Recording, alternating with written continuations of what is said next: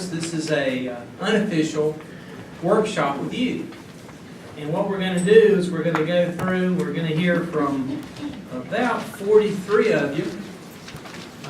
Each one of you is going to have 3 minutes unless you have multiple projects. And if you have more than one project, we're going to give you an extra 2 minutes. We did not do this in the past, and I know you might think, wow, how can I explain my great program and everything I'm doing that's wonderful in 3 minutes? But in past years, with our community considerations, we didn't even have this. So I thank you all on behalf of all the commissioners for coming today. We're looking forward to hearing about you. We know a lot about you already. We've had staff has looked at your request. Some of you have been funded in the past. Most of you actually have been funded in the past. The new ones, we've heard. There are a lot of ways we hear about you, but we're going to go. What we're going to do. The protocol is going to be we're going to take an hour, and we're going to take a break, and then we're going to go another hour, take another break, and we'll go our third hour. And then after that, we actually have another commitment. The commission has a meeting downstairs at 4:30 that we're going to have to break and go down there. So thank you for coming. I'm just going to read out your name. There will be a light on the podium there. You start off with green. In 1 minute, it will be yellow.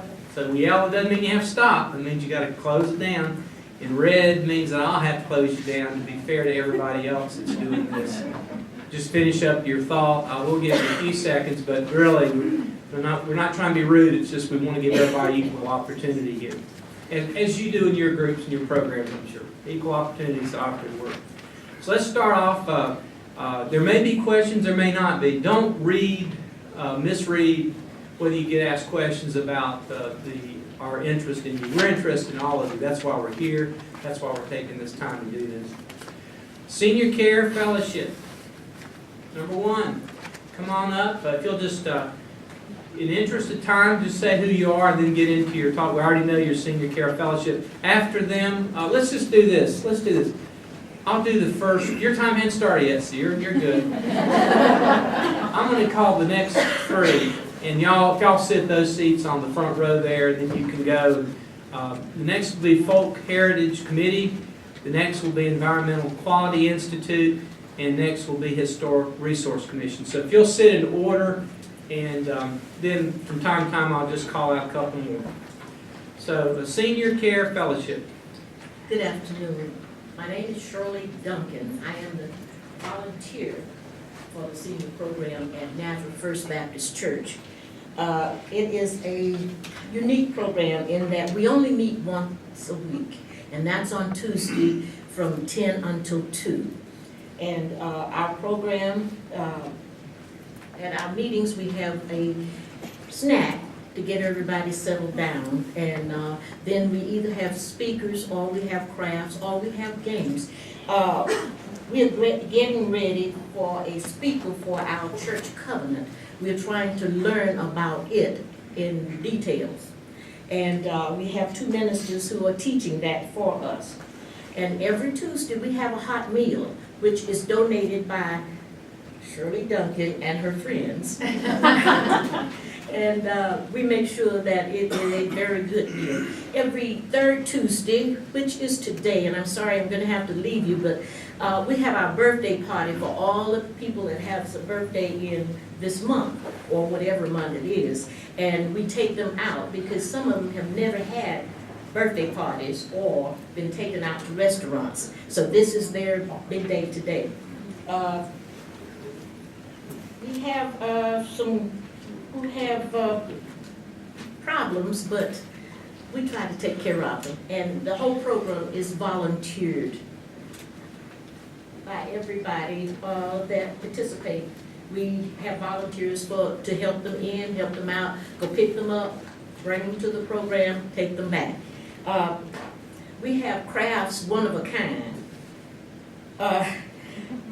On Easter, we make Easter trees, and Mother's Day cards and flowers, and we usually feed about 20 people, and we are very thankful for the help that we get from you all because it helps us buy our supplies.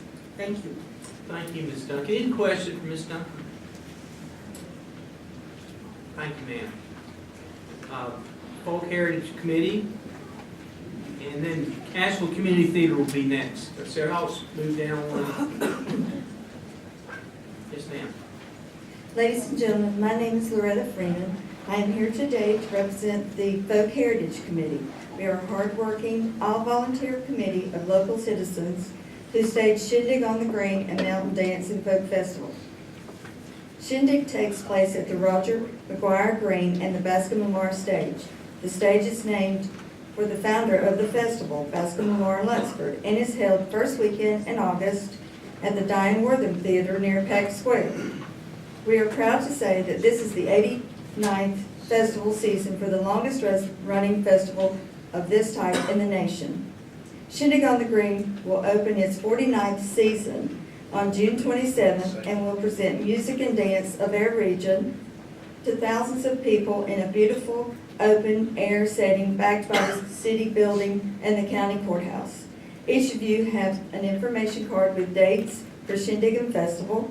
Please consider this as an invitation to attend one or more of our events. Shindig is free to the public, but the Mountain Dance and Folk Festival is a ticketed item. Our committee has felt for some time that our events have had quite an impact on the economy of our area. You should have information regarding statistics gathered from our Shindig attendees with regard to numbers of visitors and dollars spent. Other questions on our survey indicate that visitors take in many attractions in our region and stay over at local hotels. It should be evident from the results of our survey that we contribute a great deal to the local economy here in Asheville. In order to produce these events, the Folk Heritage Committee will incur debts for sound, house band, advertising, sales, inventory, and portable toilets. We will need to raise revenue to cover our expenses. Each season, we have raffle items and merchandise for sale. We also receive individual donations and corporate sponsors for support, which we are very grateful. The proceeds all go to funds to fund our program. I thank you for the time to speak about our committee and its work, and we thank you for your support. Any questions, Ms. Freeman? Thank you, ma'am. Next, we'll hear from the Environmental Quality Institute, then we'll hear Historic Resource Commission, ACT, and Just Economics. Yes, ma'am. Thank you. My name is Anne Marie Traylor. I'm the director of the Environmental Quality Institute, and I'm here to ask for $9,660 for the Volunteer Water Information Network project that we run here in Buncombe County. This project is currently co-funded by the Metropolitan Sewerage District, Asheville Green Works, and the City of Asheville's Water Services Division. This project fits mainly with the county's sustainability goals of partnerships for conservation of natural resources, conserving and protecting water resources, and improving water quality. VWIN monitors streams in 9 Western North Carolina counties right now, and we have more than a dozen partners with local nonprofits and local governments. We train volunteers to go collect stream water samples every month at their fixed locations. And right now we have 53 sites that are sampled monthly in Buncombe County. Samples are brought to EQI's state certified lab where we analyze the samples for turbidity, total suspended solids, orthophosphate, nitrate, nitrite, nitrogen, ammonia, conductivity, alkalinity, and pH every month. EQI offers paid internships and work study positions for local college students so they can help us in the lab and we can give them some experience in a professional laboratory. The goals of VWIN include environmental education and a sense of ownership for our volunteers. And as a first-time AmeriCorps host site this year, we are increasing our outreach and communications. We analyze the data annually and write technical reports, which are distributed to our partners, and I believe you all have received a copy of the latest Buncombe County report. The data is used in planning documents and grant requests for watershed restoration projects. Some of these include the Ivy River Partnership that are working up in Madison and Buncombe counties with local towns and the counties to identify sources of pollution and help to eliminate them. Others include the Upper Swananoa River Watershed Plan, the new founded Sandy Mush watersheds, which are some of our most problematic areas in the county, and urban streams in the stormwater, helping to manage the stormwater going into our urban streams. This year we are celebrating the 25th anniversary of our VWIN monitoring, and some of our volunteers have been sampling the same site since 1990. We appreciate the support of Buncombe County over the years. Funding goes to lab supplies, occupancy, and salaries. Thank you so much for your time. I'll take any questions you may have. Any questions? Just a clarification, you said 53 sites, and I apologize, was that in Buncombe County or in the 9 counties? Buncombe County alone, we have about 160 in the 9 counties right now. Thank you. Thank you. Next, we'll hear from Asheville Community Theater, then Just Economics, Historic Resource Community. I'm sorry, jumping around, changing the schedule already. No one do that. Your time hasn't started yet, so go ahead. Thank you for allowing me to come before you with our request. My name is Brendan Ross. I'm a volunteer and the chair of the Historic Resources Commission of Asheville and Buncombe County, the HRC. We're asking for $10,000. We will use this as a local match for a certified local government historic preservation fund grant application to begin work on the county historic resource survey. The HRC has recently recommended the approval of a preservation master plan for Asheville and Buncombe County. The plan will be presented to you later this year. One of the primary needs identified in the master plan is a county-wide survey of historic resources, which is important in order to identify properties in need of protection and to establish context for review of potential new landmark structures in the county, like the Bascom Lamar Lunsford House. The Historic Resources Survey that provided the basis for the information in the book Cabins and Castles was performed in 1977-78, and that was about 40 years, so now it's about 40 years old. It's still a goal to try to work on a local government agreement to get the $5,000 we used to get for operating expenses. For the past 3 years, we've only received $4,500. Prior to that, we did receive $5,000 for a few years. If we can work out an interlocal agreement for dedicated funding for operating funds, we can use this $10,000 for a matching grant for the Historic Resources Survey in the county. If we don't get the $4,500 or $5,000 worked out, then the amount we get will have to go toward operating expenses. This would reduce our match for the grant and overall funding available for the survey, which is an established goal in the Historic Preservation Master Plan we've spent the last year and a half working on. The grant for the survey requires a 40% local match. I grew up in the county nearby. I'm passionate about recognizing and preserving that part of history here in Buncombe County. Before there was a city, there were people in the county building lives and building families. It's easier for everyone to recognize fancy buildings. We need to preserve where we started from, where our history in Buncombe County began. Ms. Ross, you're asking for $5,000 operating and $10,000 toward the match for this inventory that we haven't done in 40 years. Yes, sir. We would like to establish some kind of funding stream for the operating expenses. That's one of the goals in the plan. And the $10,000 would be for a matching grant. Any other questions for Ms. Ross? Thank you, ma'am. Next, we'll hear from Asheville Community Theater, then we'll hear from Just Economics, Lenora Ryan, and NC Cooperative Extension.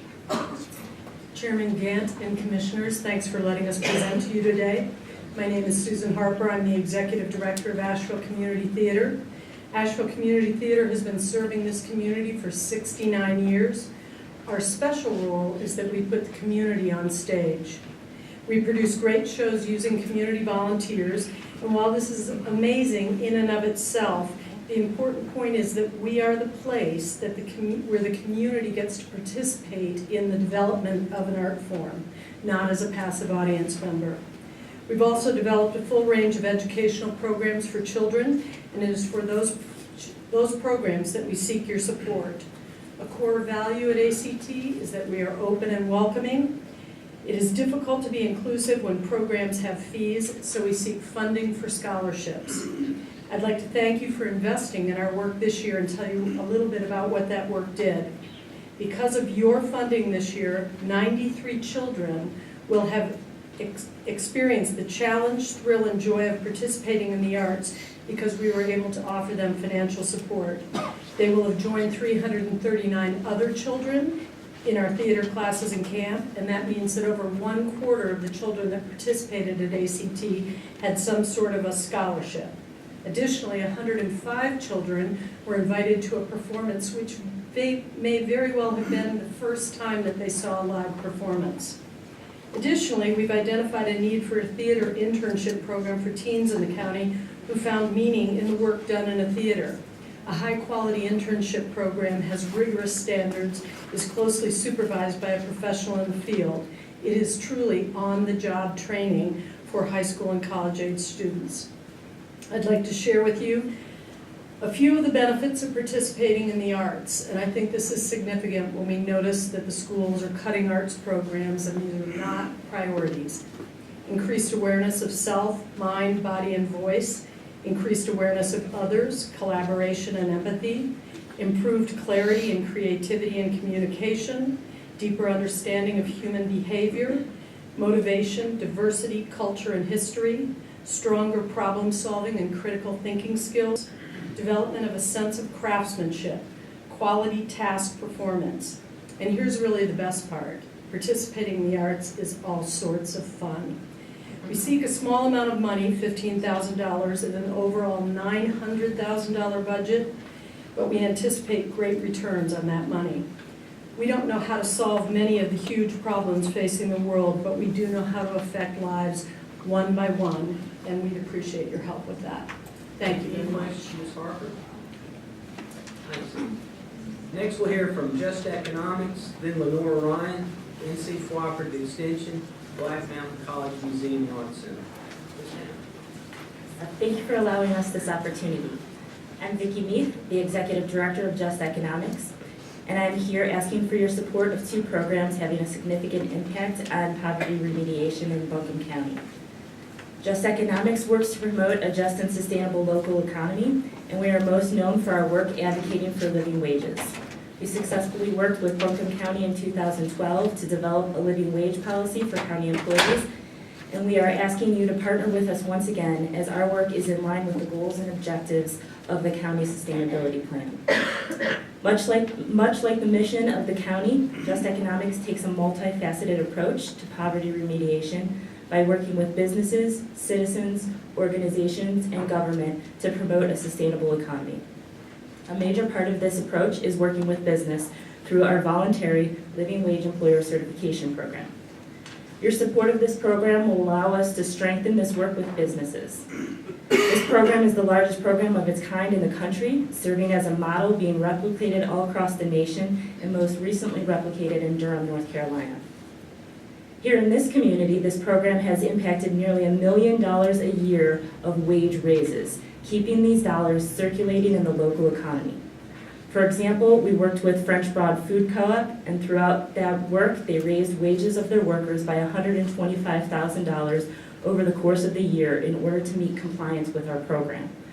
They brought up wages without raising prices and effectively reduced the number of workers living below the poverty level. This is just one example of how this program is meeting the desired outcomes consistent with the county's plan. In addition to our work with businesses, your financial support aids us in our multifaceted approach by supporting our work to increase civic engagement.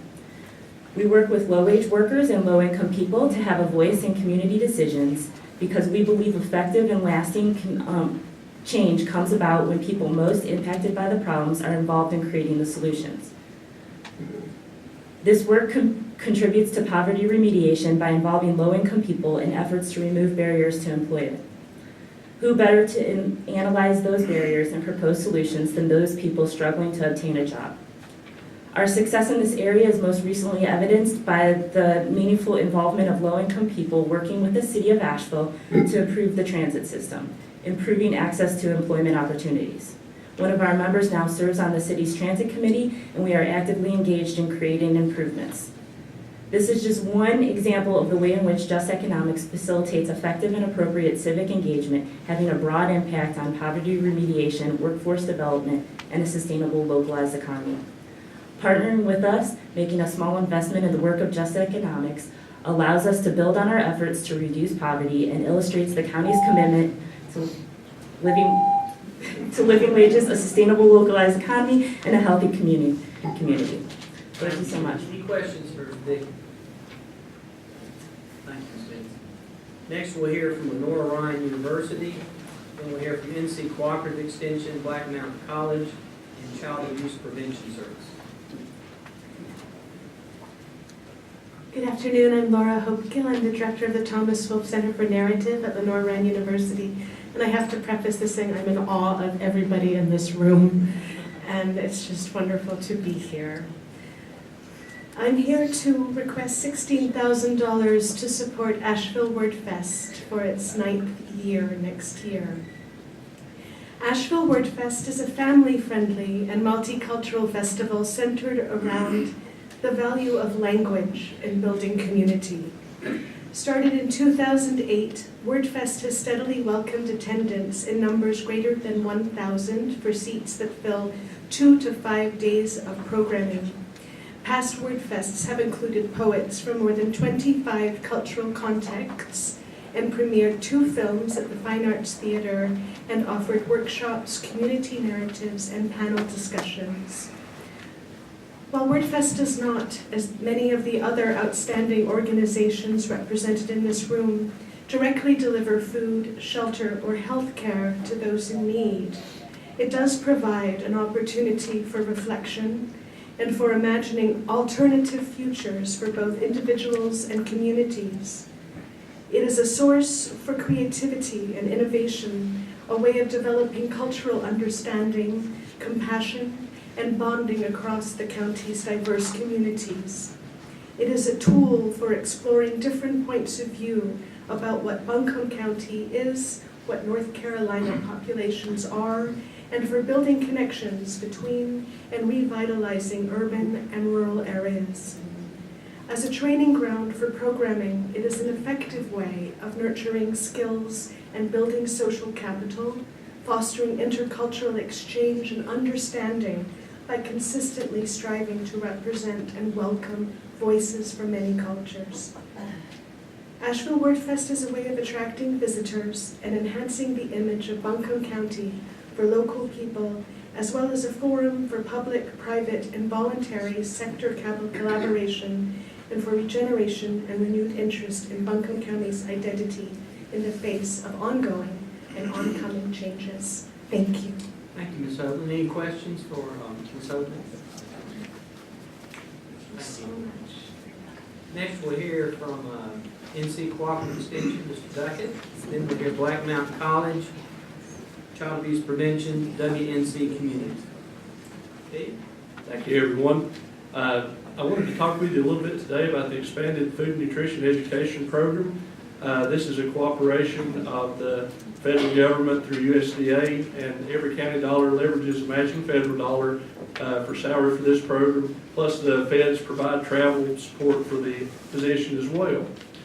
We've worked with 184 families this past year and over 1,000 youth, making a difference in nutrition education. And to take a little different route, I just wanted to share a little story with you today of a participant in our program.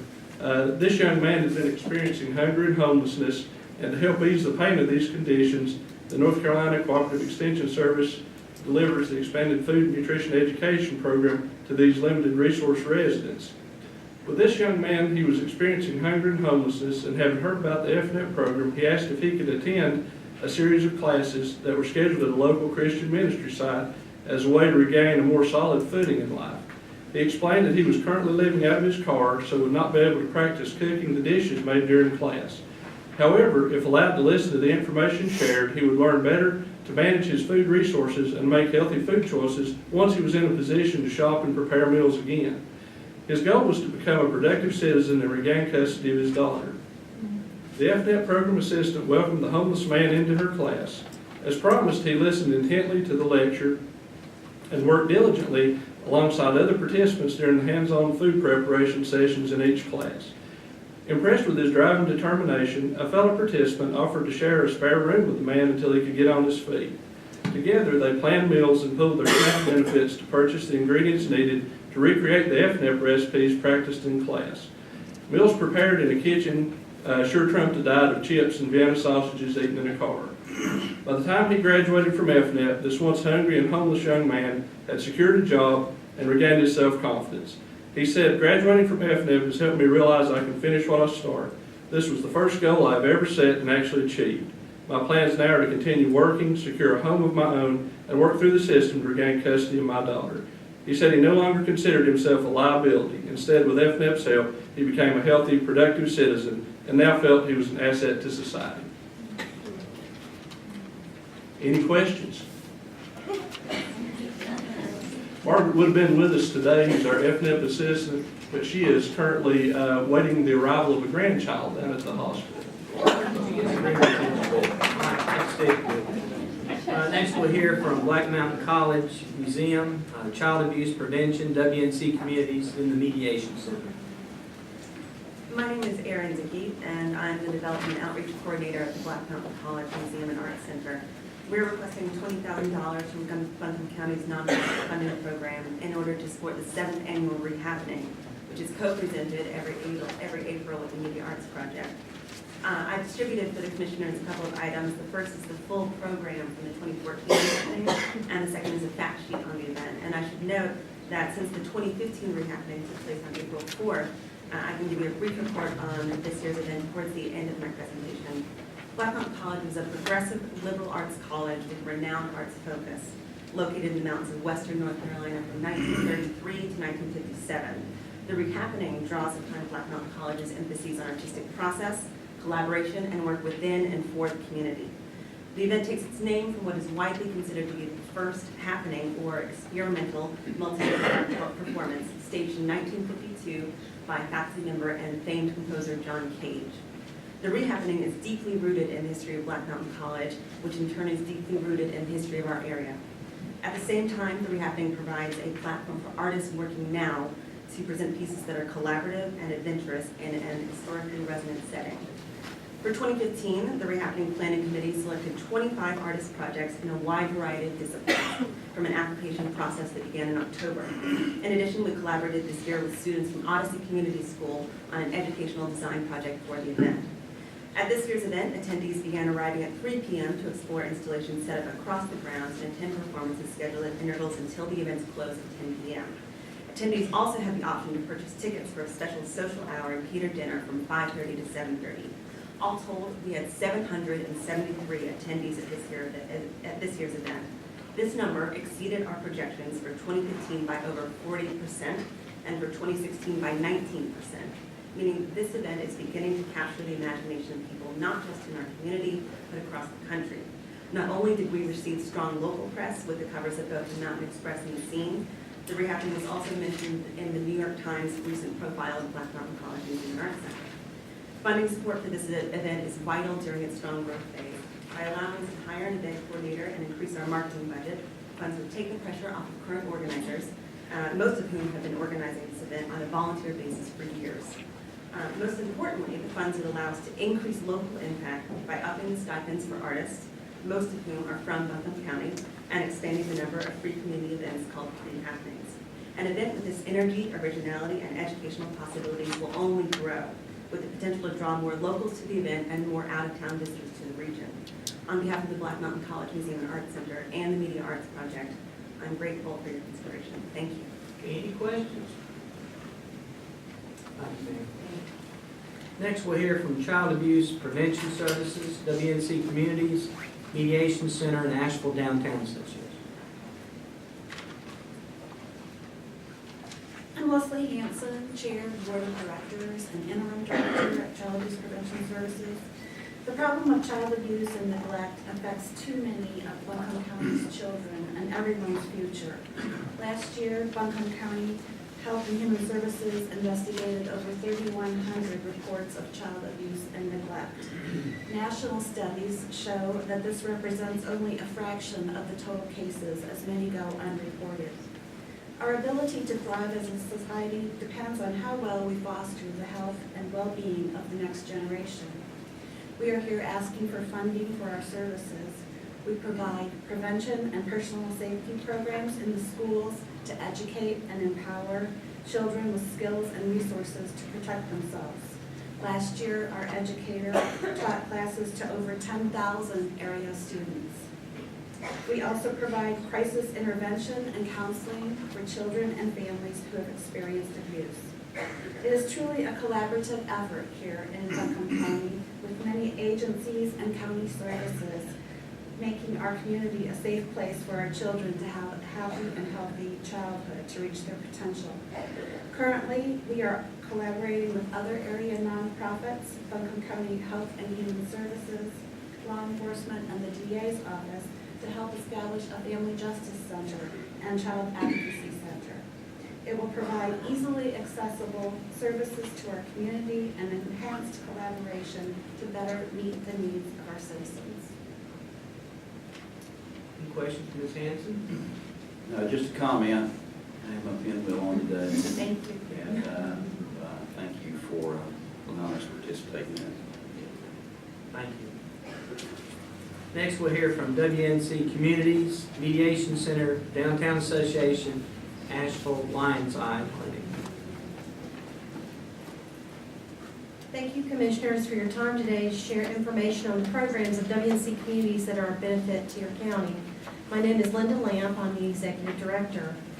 You have previously received a listing of services and details on programs that WNC Communities provides to Buncombe County as well as 19 other counties throughout the mountain region. Programs like the WNC Honors Awards, which are designed to recognize rural communities for implementing a variety of best practices to enhance the quality of life in their communities. Then there is the Journey Scholarship, a program created to support our region's youth in their pursuit of higher education. There are also numerous agricultural entities for which WNC Communities provides leadership and administrative support to, such as the WNC Regional Livestock Center, the WNC Brewers Grain Alliance, WNC Beef Cattle Commission, and the WNC Dairy Commission. But the most important point that I would like to make in my remaining moments with you today is that Buncombe County has been a partner to WNC Communities for over 65 years. The support from your county and all the county governments throughout the mountains have been critical to sustaining this organization and have been paramount in leading to opportunities to create a competitive grant program like the TDA Ag and Forestry Fund, or battling the woolly adelgid through the Hemlock Restoration Initiative, or provide funds to supplement the loss of tobacco income to farmers through WNC Ag Options. And a one-time program this year that is not listed on your handout is the School Energy Program, which will provide over $67,000 to Buncombe County schools to fund lighting efficiency projects. Now, these programs are funded by other entities, so why should I mention them today? Because they are of importance to your county and the region. And what I would like to point out is that those funding opportunities would not have been made available to WNC Communities on behalf of our region if support of our counties hadn't sustained us in some seriously lean years. One more item to note that in taking an account of the programs listed in front of you as a measurable return on your investment would be over $100,000. WNC Honors Awards was $51,000 going to rural community centers back in November in Buncombe County. The Journey Scholarship awarded $5,000 to youth in Buncombe County last summer. The TDA Ag and Forestry Fund provided $8,300 to Extension for a permaculture project in 2014. WNC Ag Options provided $15,000 to 3 farms in your county this past year. And the school energy efficiency, as I mentioned earlier, $67,000 to the schools in your county. This total does not include sales benefiting your county livestock producers at the WNC Regional Livestock Center or the TDA Ag and Forestry Fund grants currently this year in process, or the Hemlock Restoration Initiative awards that impact the entire region.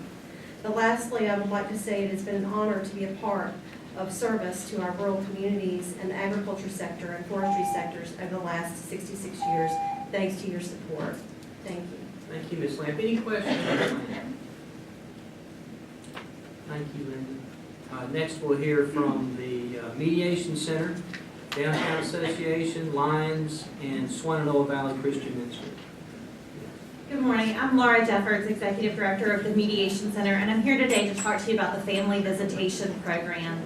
The Family Visitation Program, serves families in Buncombe County who have a high risk or a history of domestic violence, child abuse, and child abduction.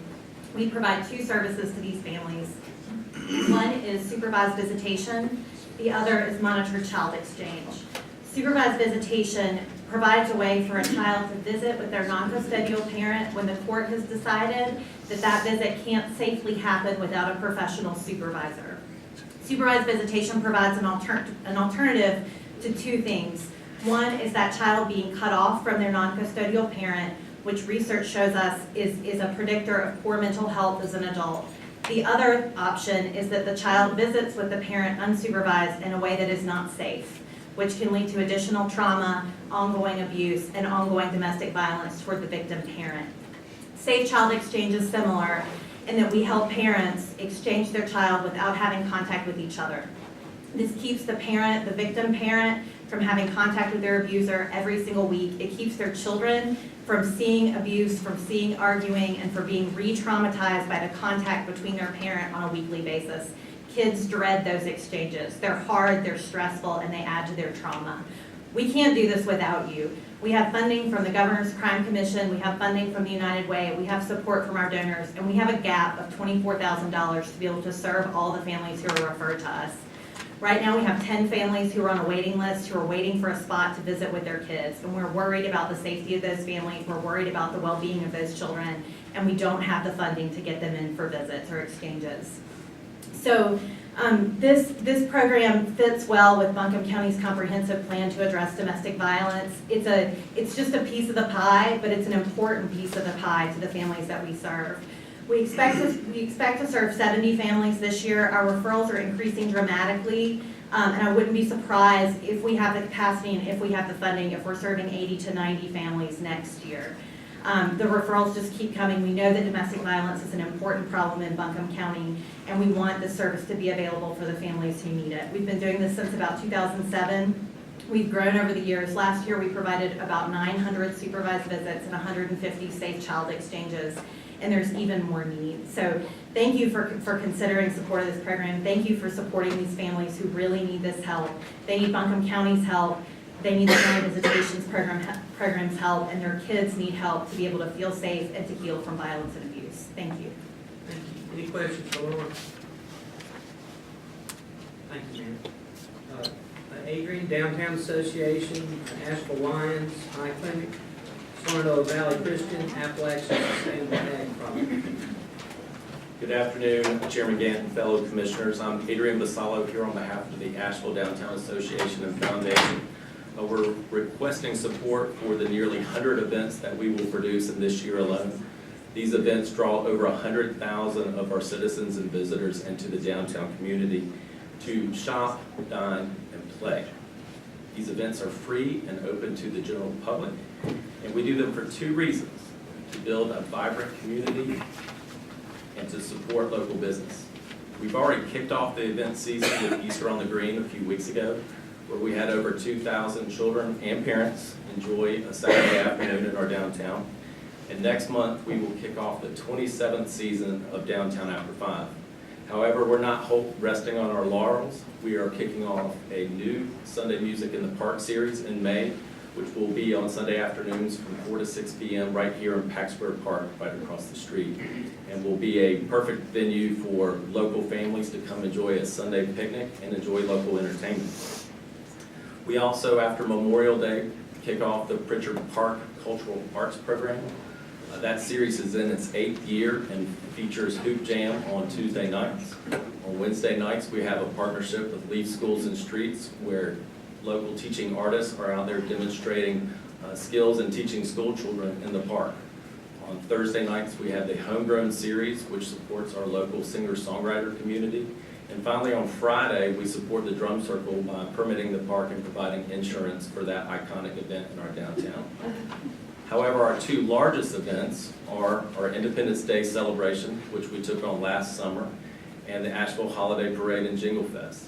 Those two events alone draw over 15,000 to 25,000 people an event.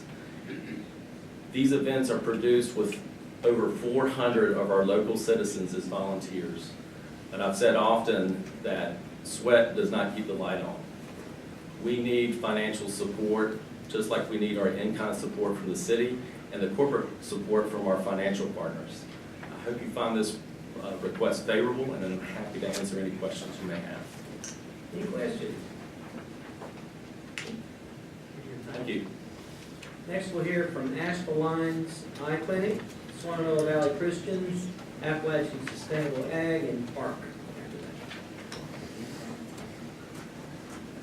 Hi, my name is Jackie Rice. I'm the Executive Director of the Asheville Lions Eye Clinic. The eye clinic has been in operation since the 1930s, but over the years we have streamlined our role and changed our role to meet the needs of the community and spend our community dollars in the best way we see fit to reach the most people and provide the most service. Over the past 5 to 10 years, we sort of streamlined into a program called Eye Care.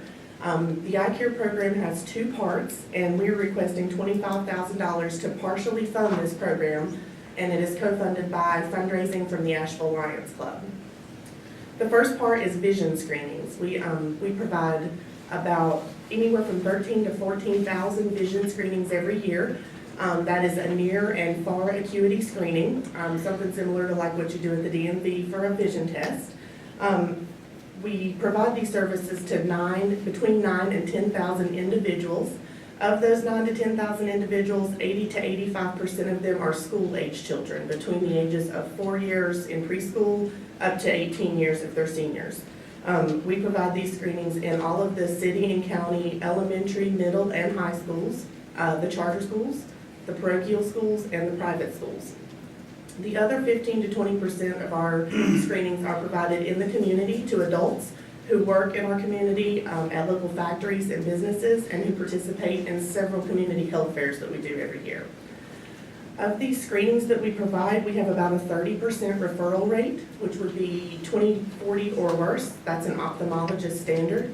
At 20/40 or worse, it is referred that you go and see an eye care specialist for further evaluation.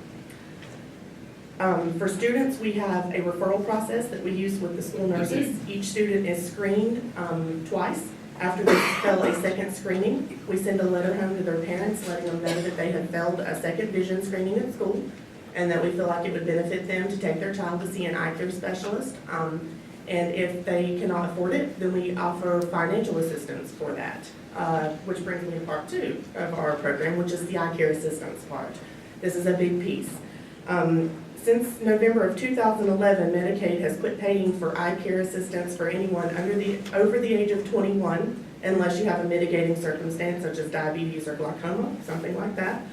So having said that, we've seen a huge increase in requests since then. We used to get maybe 10 requests a month for eye care assistance. Now we get anywhere from 50 to sometimes 100, depending on the month, depending on the time of year. So on an annual basis, on average, I get about 800 requests for eye care assistance a month. We're able to secure eye care assistance in the form of eye exams and/or eyeglasses for approximately 300 to 350 of those people.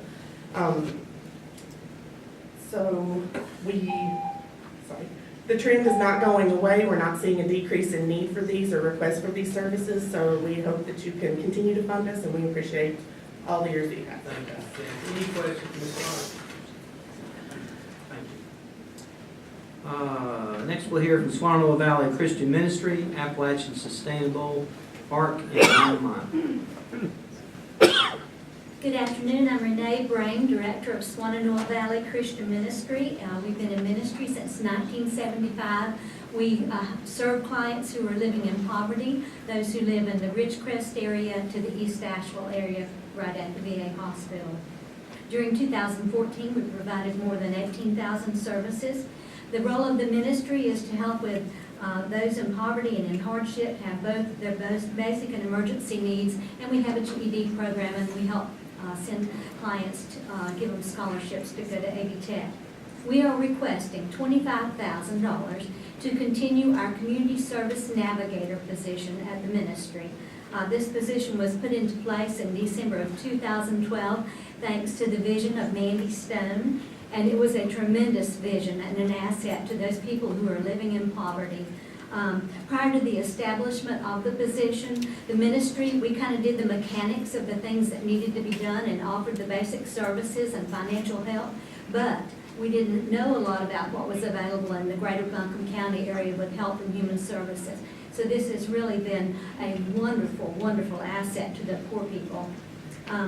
Just real quickly, the kinds of things that our community service navigator refers people to is for health care, medication assistance, Medicaid, health insurance, job resources and employment, housing, child care, legal, phone access, home repair and weatherization, services for the elderly, substance abuse programs and the schedule of meeting and places, food beyond what the ministry can give, and many, many other vital services that are to do with health, well-being, and care. And I'm just going to kind of sum this up real quickly by saying our community service navigator can go more in-depth with clients than our minister can. We have so many clients coming in, we cannot possibly manage them and spend the in-depth time with them that they need. I don't know if you've ever been in the position of a client, but if you're on Medicaid and you need several teeth pulled and maybe some surgery, you try to get an appointment. The community service navigator, I can't tell you the number of dentists that were called yesterday in trying to help this poor man. If you're in a situation of poverty and you're in crisis and you try to take a step forward, you get roadblock after roadblock after roadblock. That community service navigator, it was a great vision to have those in place because they can go that extra mile. They know where those places are, where they can be referred, they can encourage. I witnessed a man who was suicidal, and the community service navigator person working with him, and he has gone from being at the deepest part of his soul just being torn out of his frame, not knowing which direction to go. Do I hang myself? I don't know if I want to live. And to the community service navigator and the director working together to get him help. And now he's very happy to be finding a job and working. Thank you. Thank you. Any questions on that? Next, we'll hear from Appalachian Sustainable, ARC, YMI, and Asheville Area Arts Council. Good afternoon. My name is Molly Nicolai, and I'm a program director with ASAP. I'm here today to both thank you for your support in the past and also to ask you for that support to continue. Achieving multiple goals across the Buncombe County Sustainability Plan, our work is really focused around building demand for local food and supporting the farms in our region by really telling the story about where our food comes from, but also building those connections with those who grow it. So I thought it only appropriate to tell you a story that illustrates how your support is helping to build those personal connections with local food and farms. Chef Philip moved to Asheville from Chicago to take on the role of being a head chef at the Grove Park Inn, serving both the Edison restaurant as well as the Sunset Terrace. He had a really great connection with some area farms in Chicago, but moving here to Western North Carolina was looking for those connections again. And he came to ASAP to try to figure out how could he start to build that connection to support and purchase from area farms. So I met with Chef Philip to help him try to determine what his needs were and what the best farms might be to fit his purchasing needs there at the inn. And one of his top priorities is he was looking for someone that could grow greens to serve his restaurants year-round. Now, I don't know if many of you have grown greens year-round here in the mountains, but it is a challenge. But there was one farm that came to mind that is working on variety trials to really try to find those greens that do well to grow all throughout the season. And so I recommended that that might be a possible source for him to connect with Ivy Creek Farm out in Barnesville. It also happened that Ivy Creek Farm was on our annual farm tour, and this gave him the opportunity to meet this farm in person and go out and see their operation. After the farm tour, Chef Philip did in fact start to purchase local greens from Ivy Creek Farm, and while they also offer a CSA and sell at area farmers markets, it's this type of diverse market opportunities, working with chefs like Chef Philip at the Grove Park, that give them that economic sustainability to really keep their farm thriving.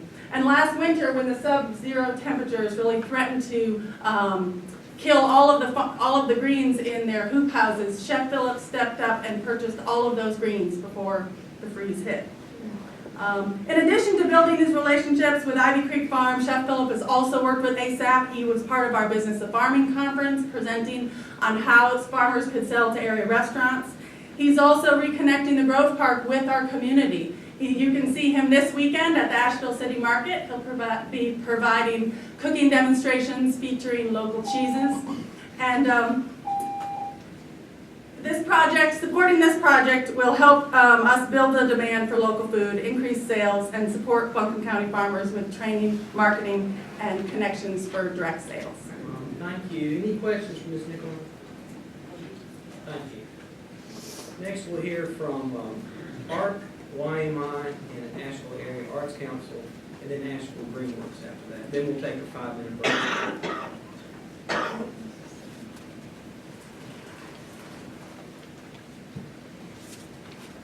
Good afternoon, and thank you for inviting us to come before you. I'm Al Whitesides, Chair of the Board of the ARC, Buncombe County.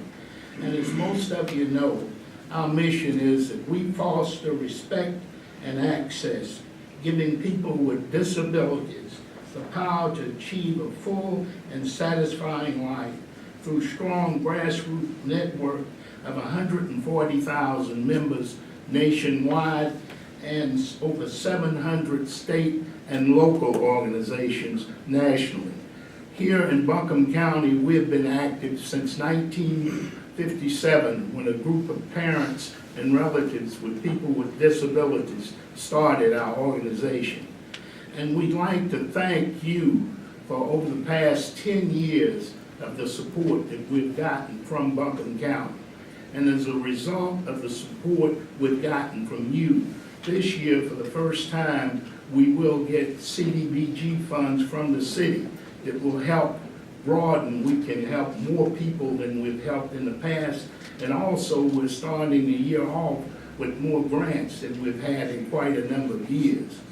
But specifically, we'd like to say that the ARC of Buncombe County, our request for $35,000, it will provide 220 students and adults health and wellness from 9/1/15 through 6/1/16. 72 individuals through crisis intervention from 7/1/15 through 6/30/16, and creating opportunities by refocusing education, intensive case management initiative to 30 exceptional children and their families who attend high school at Asheville High, the William Randolph program, and Asheville Middle School. As you know, we've had the program for quite a number of years at T.C. Robertson that we're continuing with funds, and we started this year at Inca High School. And I would just like to say that the people we work with are the ones that have no representatives. You know, a lot don't vote, but we're concerned to help them because they need a voice and people to represent them. And how I got involved is early on as a kid, we had a young man in our neighborhood who was disabled. And I got into more fights defending him from the kids who were picking on him. But I always said if I would get in a position to help people with disabilities, I would. And that's why today, even though I'm retired, this is the only organization that I really work with. Thank you. Thanks, Al. Next, we'll hear from YMI, Asheville Area Arts, and Asheville Greenworks.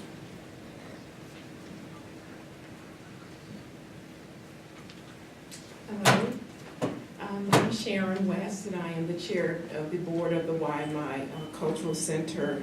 And want to say thank you so much, commissioners, for your support of the YMI over the years as we enter into our 123rd year of existence. An organization who is believed to be the oldest institution of its kind in the entire country, located here in Buncombe County. We make an emphasis and put our emphasis on cultural awareness, enhancing cultural awareness in our community, but also expanding cultural expression. We do this through education, through entrepreneurship, and and economics. So we're very proud of our collaboration with UNC Asheville as we're now offering day and night classes at the YMI from UNCA. And we're entering into our second year of this collaboration. We also are very pleased about our Dixon Stevens Leadership Institute for those young adults ages 22 through 35 to expand on their experiences, to expand on their business and leadership skills. And then we're excited about the exhibitions that we are able to put on, such as Cash Crop, which depicted the transatlantic slave trade last year, which was very popular, and allowed the students from middle schools and elementary schools to come through and view. We're very excited about May 1st offering our documentary. We were contacted by a local institution in Greensboro and wanted to know we would host the Nina Simone documentary. So we'll be showing that on May 1st. Hope you can join us for that from 12 until 3. And then in June, the National Institutes of Health would like for us to exhibit the Contemporary African American Surgeon exhibition, which we'll have for the entire month of June. Our facility is 18,000 square feet. Our facility is 122 years old. Our facility is one that we put a lot of emphasis on infrastructure, sustainability, and to make sure it's safe and secure for our community. I want to thank you for your support and your emphasis you place on protecting our cultural history. Thank you so much. Thanks, Sharon. Any questions, Ms. West? Thank you. Asheville Area Arts, Kitty? Hi, my name is Kitty Love. I'm the Executive Director of the Asheville Area Arts Council. And thank you for letting us come before you today. And thank you for the support that you gave us last year in our regranting program. So our choice of mission is to further the success of Buncombe County through the arts because we believe that the arts brings huge benefits. In our collaborative forum, the Buncombe Cultural Alliance, we've heard from government partners and economic development partners that job growth is an important priority. And so we focused a lot of our programming on building jobs and training entrepreneurs in creative industry. On the state level, our state Department of Cultural Resources also believes this is important work. And according to their data, in Buncombe County, we're talking about potentially $700 million in sales, well over 6,000 jobs. And so for that reason, the state sends funding to every county in the state. So the allocation in Buncombe County comes through us, and y'all matched that last year. We have that again this year. We're looking for support to build that out. Requests are generally 3 times the funding that we have. In addition to that program, we also have a granting program that supports professional artists in making changes and moves in their career, equipment, training, that sort of thing, which is also matched by the state. We also have a grant that funds art in neighborhoods, arts education. One of the programs, a couple of the programs mentioned earlier are funded through that program. So, let's see. 75 of the other counties in this state are matching that allocation from the State Department. Our training program, we work with Asheville Buncombe Technical Community College to train entrepreneurs in creative industry. According to the Americans for the Arts in 2012, the economic impact of nonprofit organizations was $45 million. So it's a lot of potential to grow jobs and to grow the economy through the potential that the arts hold. Our emerging entrepreneurs are where we focus our energy, teaching them important things in terms of business management. So in my last 30 seconds, I will just say that the arts also, of course, bring a huge value to the community in terms of education, in terms of quality of life, in terms of community, neighborhood identity, power in the urban core, outdoor special events, so many of the things we've heard and were eloquently stated by others earlier. So thank you for the opportunity to be able to serve in this way. We appreciate it. Thank you, Kitty. Any questions, Ms. Love? Yeah, I have a question. How much is the state grant that you're receiving? The allocation for Buncombe County through the Grassroots Art Program, which is one of the 3 grants, is around $50,000 every year. And again, the requests are about 3 times that. So you're receiving 50 this year? But that you put out in the community, that's not for you, right? There's a portion that we retain for administration, but we were able to re-grant even more than that last time because of the support that y'all lended to that. Any other questions?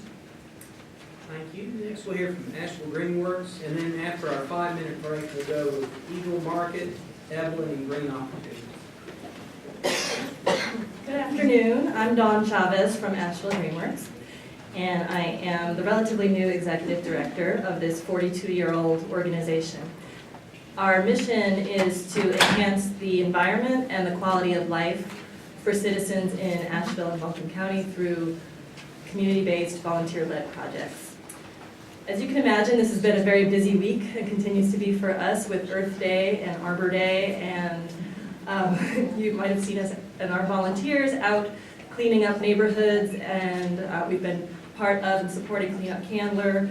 We have a Hard to Recycle event this weekend. We're very busy, and I thought it would only be during the spring, but we are busy all year long. We keep growing, and we have lots of projects that I'll tell you about. We're requesting $50,000 to support our 5 core programs.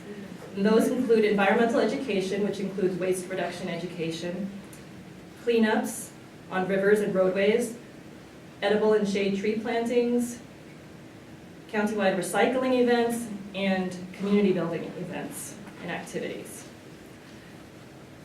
And we accomplished this all with very little funding. For every dollar that the county invests in our work,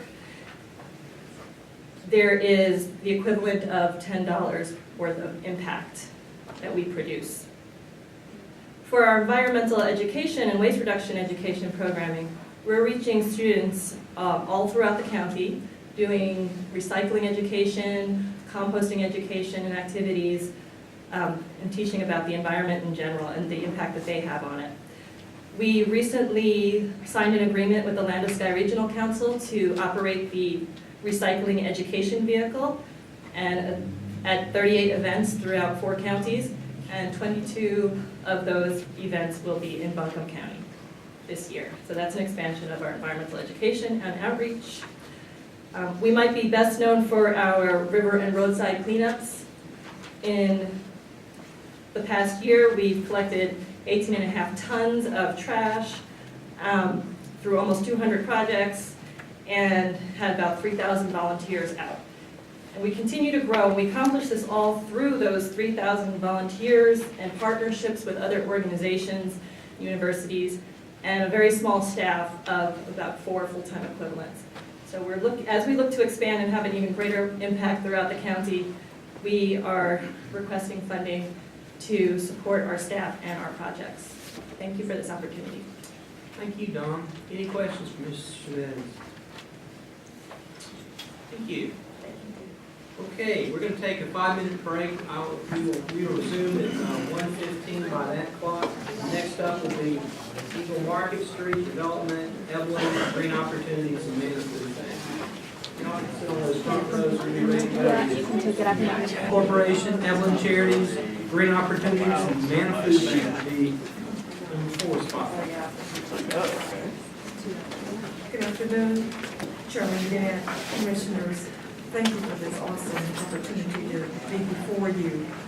Eagle Market Streets Development Corporation is an economic engine that develops people, property, and businesses. And we're here today asking for a $50,000 request for our workforce development program, Block by Block Industries. Block by Block meets the county's objective for job creation and workforce development.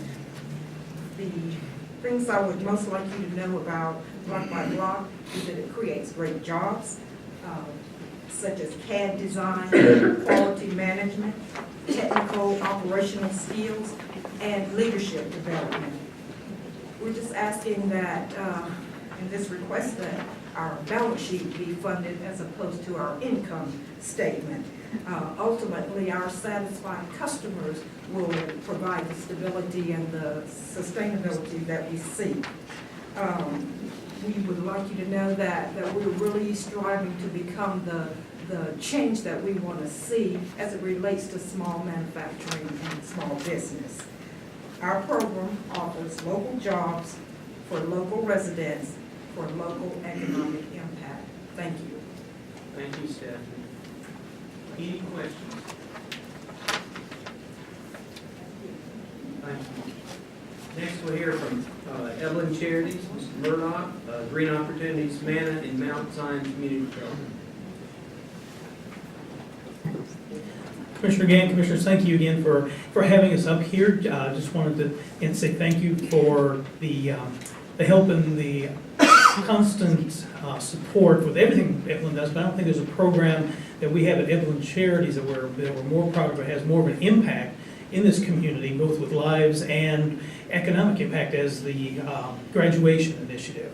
I'm going to introduce our executive director and a great partnership with Buncombe County Schools and Buncombe County, Kay Lamb, and it's such a great honor for us to be part of that, to know that the decisions these young people make to stay in school a lot of times is based on whether or not they have to go to work, whether or not they have the right clothes to wear, whether or not they even have a pair of glasses. And that's one of the things that Evelyn does with the graduation initiative. And we've seen a 49% reduction in dropout rate in the past 7 years is just phenomenal. And again, thank you all so much for that, okay? Thank you, Bill. I won't spend time talking about our numerous programs, but obviously the graduation initiative focuses on working with students that are at risk of dropping out of school. And we do whatever it takes to reach those students and their families and work with them and help them reach that goal of graduation.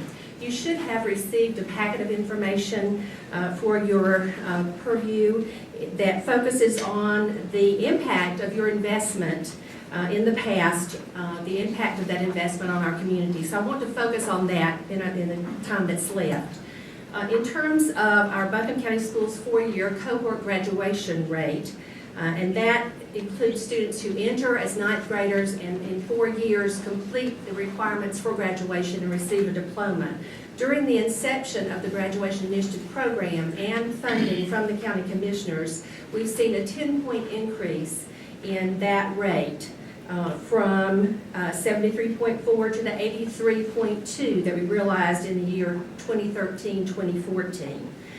As Bill said, we're very proud of that improvement. In terms of actual students, if you look at the next chart, it points out that in 2006-07, we lost 452 students in Buncombe County as a result of dropping out of school. That's a hard economic impact in terms of negativity for Buncombe County. During the term and the work of the Graduation Initiative Program, and certainly we don't do this alone, but I do think we spearhead the effort to reduce that number of students. And in 2013, that year of graduation, we saw a 49% decrease down to 229 students. That's 229 students too many. Unfortunately, because of our success, we don't often qualify for those large corporate grants that focus on communities who have very high dropout rates. So your investment and the grant that you provide allows us to continue to work toward what we want to reach, which is a 90% graduation rate for Buncombe County schools. Thank you. Thank you. Any questions for Ms. Lambert or Mr. Murdoch? Great program. Thank you. Next, we'll hear from Green Opportunities, and then Manna and Mount Zion. Manna and Mount Zion will have 5 minutes each because they have multiple requests to us. Yes, ma'am. Thank you all so much for having us here today. I'm Kendra Penland, the Interim Executive Director for Green Opportunities. We are so appreciative of all the vital past and continued support that Buncombe County provides us, which allow us to have our really incredible and impactful programs.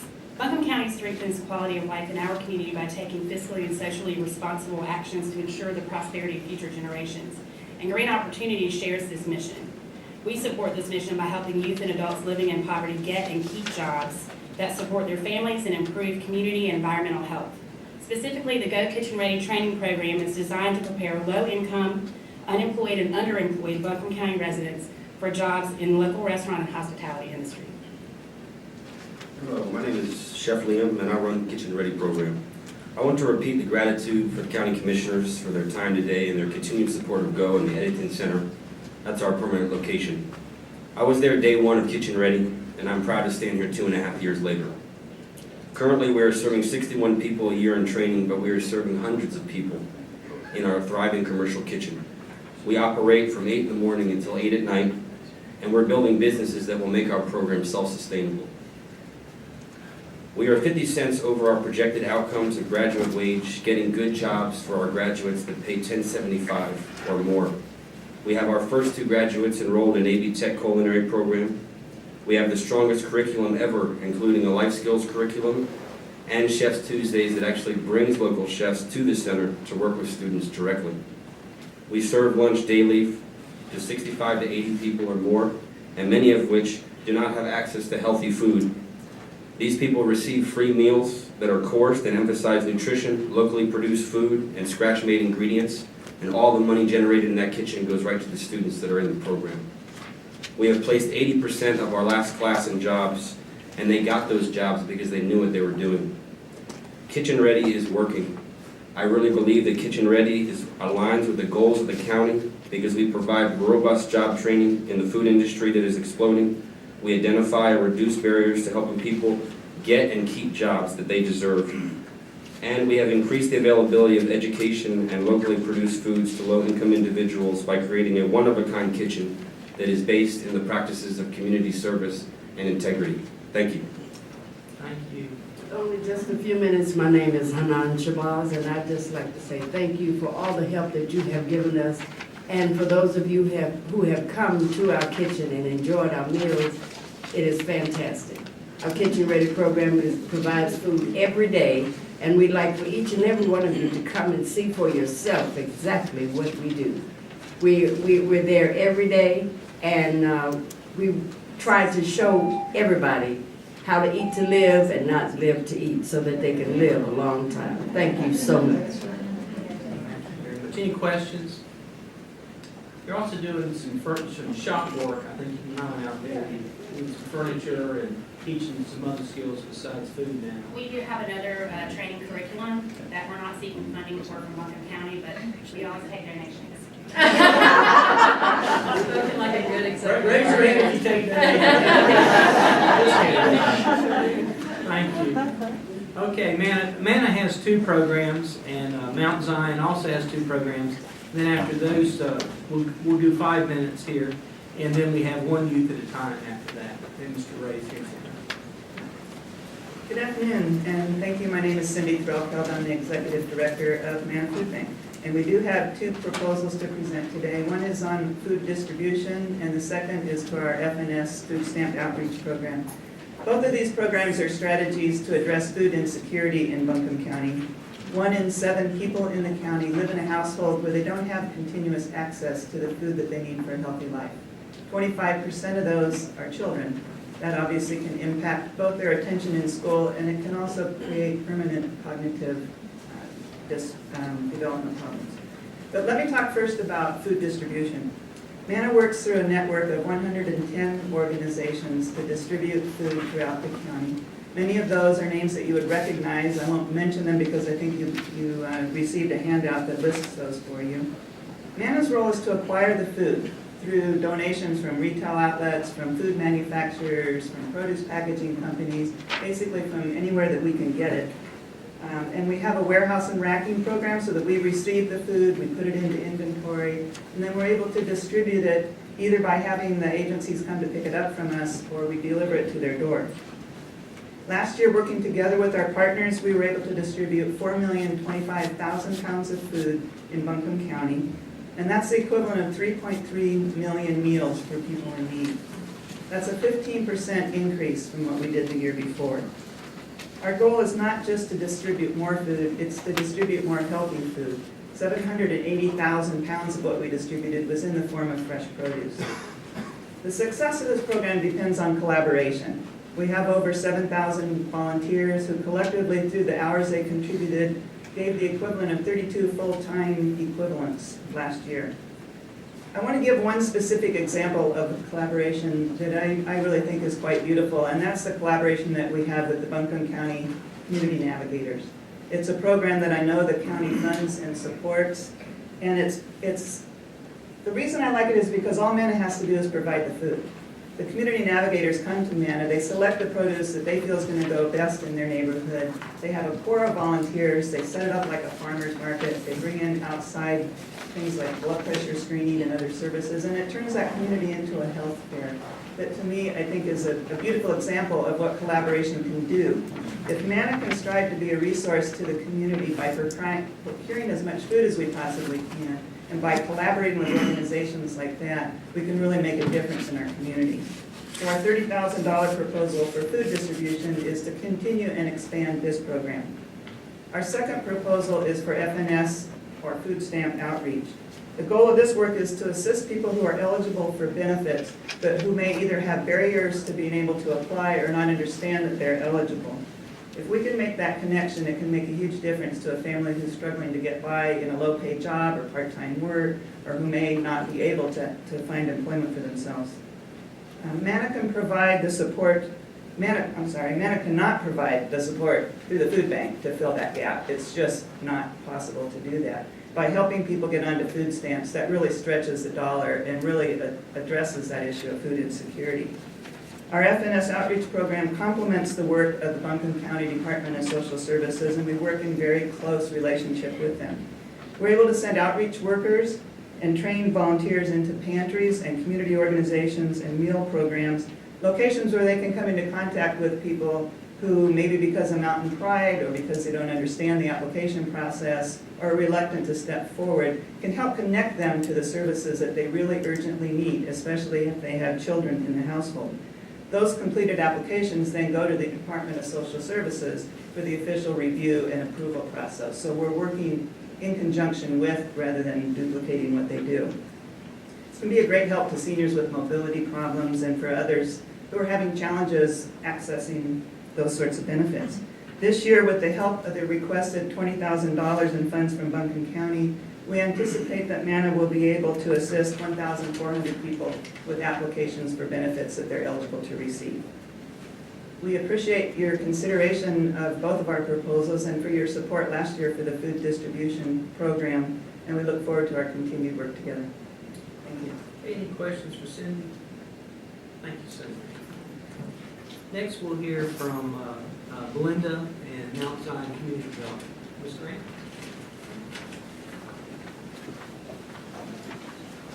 Good afternoon. I extend greetings to Commissioner Gant, all of the commissioners, to Ms. Mandy Stone and Ms. Wanda Green.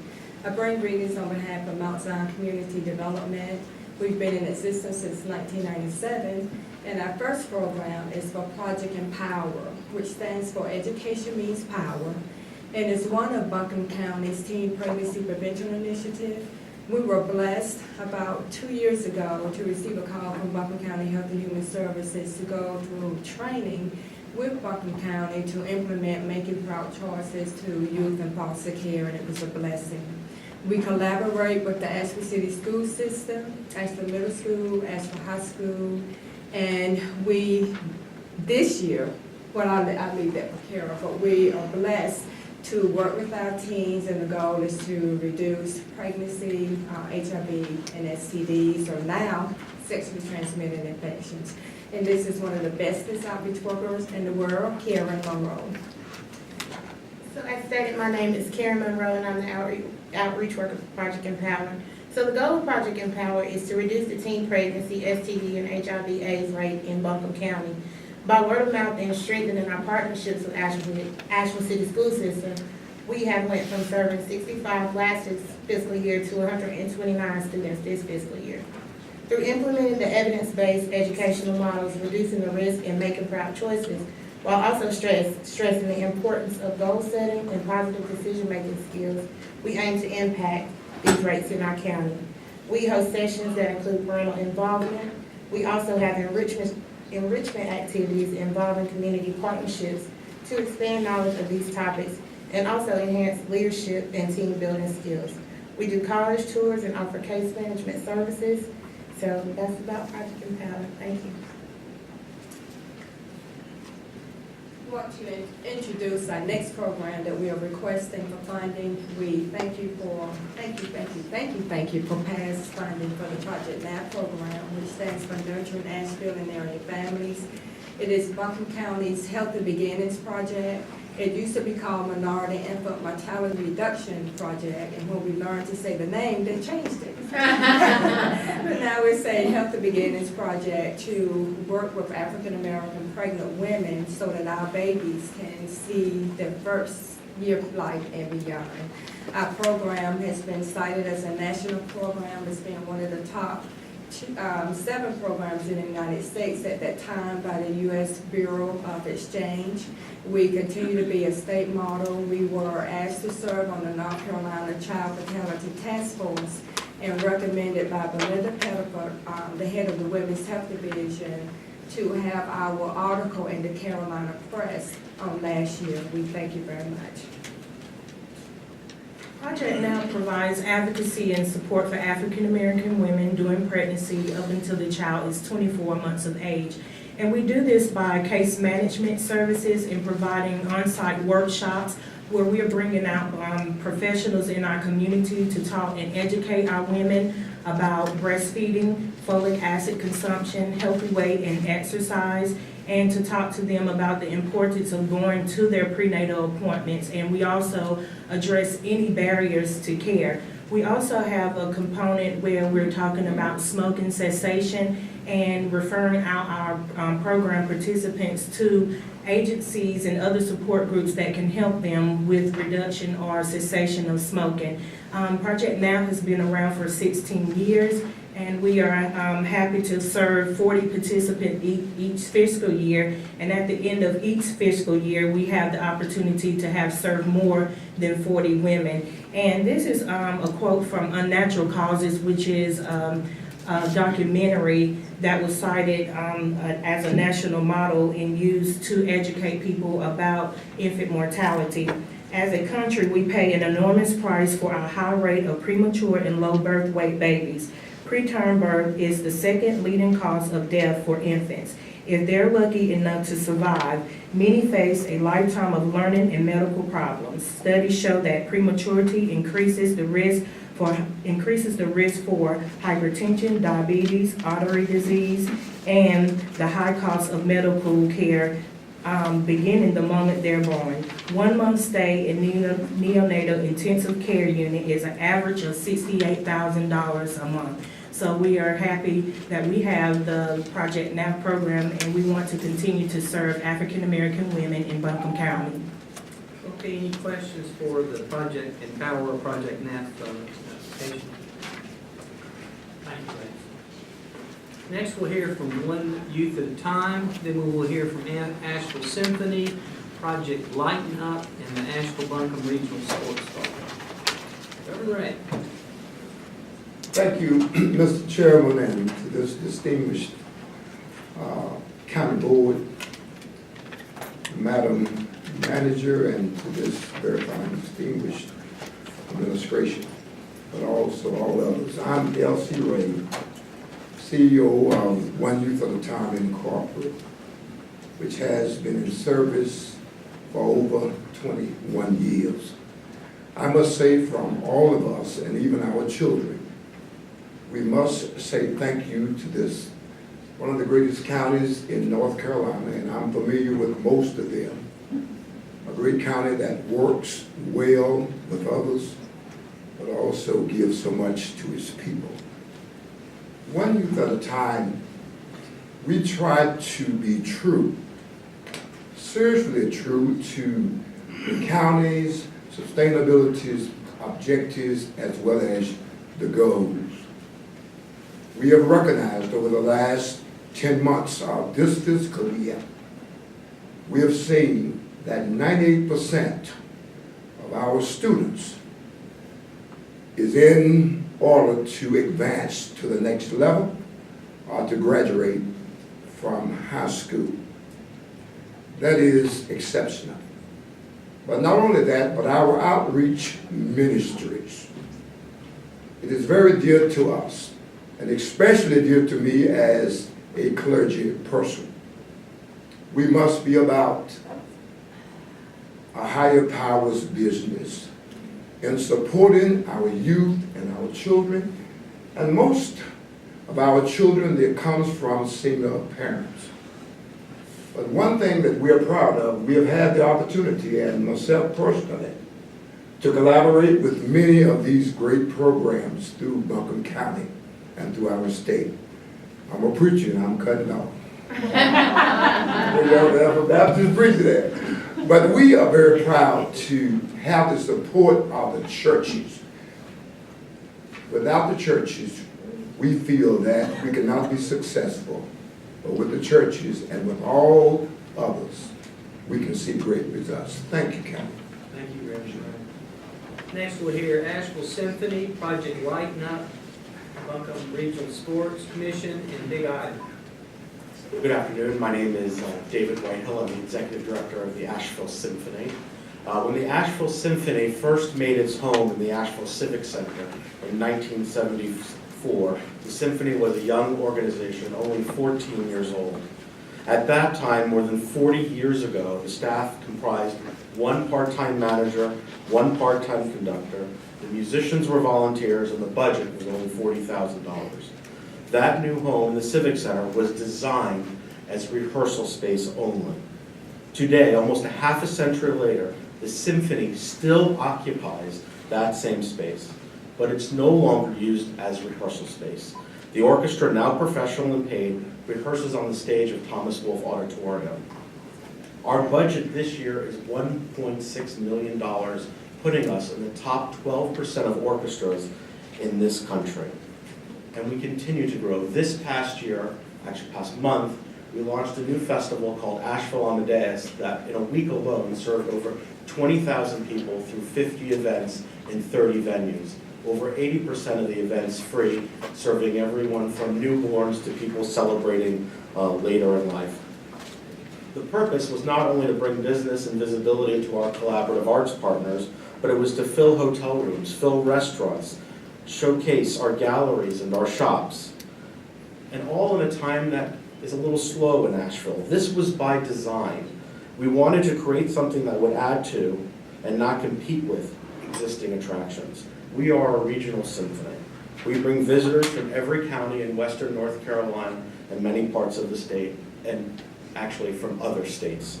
Our festival alone drew people from Australia, London, Montreal, New York, Arkansas, and Georgia, and many other places in the United States.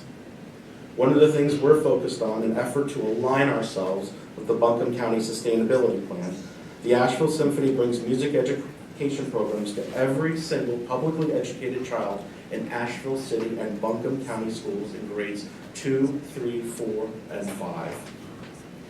Our newest initiative, an El Sistema-inspired after-school program, is reaching some of the most disadvantaged youth with the idea of music teaching life skills. With all this exciting growth and change, there is one thing that has remained constant for almost half a century: our office space. In that regard, almost nothing has changed. Our staff workspaces are perched on rehearsal risers. Our marketing manager and development director share one large room with timpani, gong, pianos, boxes, print materials, and a music library. It is our time to align our work environment with our artistic excellence and our contribution to the region. Best reflects our professionalism. We respectfully request your consideration of this request. Thank you very much. Thank you. Any questions? Thank you. Next, we'll hear Project Lighten Up. And then in the Sports Commission will have 5 minutes for two, and then Big Ivy will have 5 minutes for two. Project Lighten Up. Good afternoon. I'm Pastor Hardaway, Executive Director of Project Lighten Up. I appreciate your allowing us to be here to talk about our program. Project Lighten Up is a summer day camp. It's a community summer day camp that also extends into an after-school program. John Hopkins did a study and said that low-income families, low-income students, they lose quite a majority of their reading ability during the summer. And it also showed that all students lose at least 2 semesters of their math equivalency during the summer break. And so we're designed to eliminate the summer learning loss. We believe that in order to shrink the achievement gap, you've got to eliminate the summer learning loss. And that's what Project Lighten Up does. we incorporate and we include and integrate education and recreation into our daily activities. We do reading, math, personal development, arts and craft, and recreation. We collaborated with UNCA to do the teaching kitchen, also working in Rhodes Garden. We collaborated with ABIPA to do bicycle safety with the YMI and the opera lyrics, with the lyrics opera. Our kids actually learn to do math with music. And so again, we're the only summer camp that incorporates education and recreation together. We service 5 kindergartens through the 8th grade, from Mondays through Fridays, from 7:30 to 6 p.m. We provide breakfast, lunch, and snack. Thursdays are the educational field trips. Fridays are the fun field trips like swimming, skating, and bowling. On Thursday, the educational field trips are like the Nature Center. We also visit the Asheville Police Department, the Buncombe County Sheriff Department, so that we can build those community relationships with our young people, so that the police and sheriffs see our young people, as young. And our young people will see that they can trust and build that relationship with our police department and with the sheriff department as well. We've made significant strides. Project Lighten Up is not something that just started. It was actually started by the IMA some years ago, but then it became dormant, and we've been in existence since 2008. And so we think our community is important. We receive funding from you, funding from Wells Fargo, but also we ask our community to participate. We want you all to know, we want everybody to know that our community is interested in investing into our children. So we do an annual radiothon, which we ask our community to support the community summer day camp. And we get the support from churches, local businesses, and individual donors. And so we're doing a great work. One of the things I think I'll highlight, we had most kids at 5 or 6 year olds don't know how to tie their shoe because they use Velcro. We had a 5-year-old that taught a 6-year-old to tie their shoe. And we made it a goal to teach our kindergartens to learn to tie their shoe. So again, appreciate your time. Thank you. Any questions, Pastor Harlan? Thank you. You're welcome. Next we'll hear from Ben, and the Regional Sports Commission has 2 applications, Southern Conference and Economic Impact and Wellness. Ben? Yeah. Good afternoon. Thanks for allowing me to be here today. It's an honor. I thought I'd start by talking about the Southern Conference Basketball and Wrestling Championships. And I wanted to start with sharing a little excerpt from an article that ran in the Chattanooga newspaper after the Chattanooga men's basketball team lost. It says, for basketball fans, Asheville is perfect. For the fans that make the trip, it's a celebration. The U.S. Cellular Center, where the tournament is held, is in hard downtown Asheville. If you've ever been to Asheville, you know what that means. A wonderful variety of restaurants, bars, art galleries, music venues, craft breweries, and anything else you could want in a growing mountain community. It's hard to have a bad time in Asheville, even if your team loses. That's the bad press we're getting from the Southern Conference tournament. You can imagine what the teams say when they win. They're thrilled with Asheville, and it's been a great part of our community. Many of you know, because you've all been part of our community for a while, that the Southern Conference called Asheville home in the 80s and early 90s. It left after the facility deteriorated and the community sports sort of dried up. In 2009 and 10, a group of community leaders boldly said we can bring this back. We can improve our facilities. We can get this back to our community. It's important for it to be here. And in 2011, the Southern Conference returned to a renovated facility with great community leadership and support. And Buncombe County has been a big part of that, and we want for that to continue.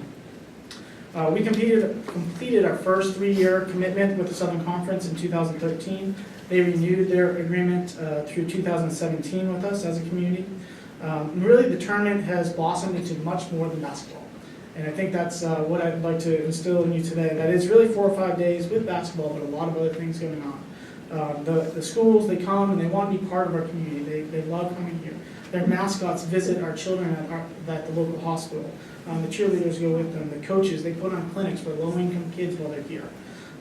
We have wonderful community events. We have a downtown hero event. We give away 500 basketballs to kids in need in our community.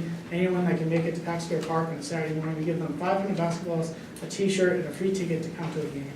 We also partner with Buncombe County Schools, City of Asheville Schools, and Henderson County Schools to allow those students to come to a game for free. This is likely the only time some of these students be able to experience something like a college sporting event in their lives. We want to plant that seed of, maybe I can play college basketball, maybe I can go to college. This sounds like this is a great environment, I want to be part of that. And we really enjoyed that partnership. So we're asking, the the beauty of the Southern Conference basketball tournament is the time of year.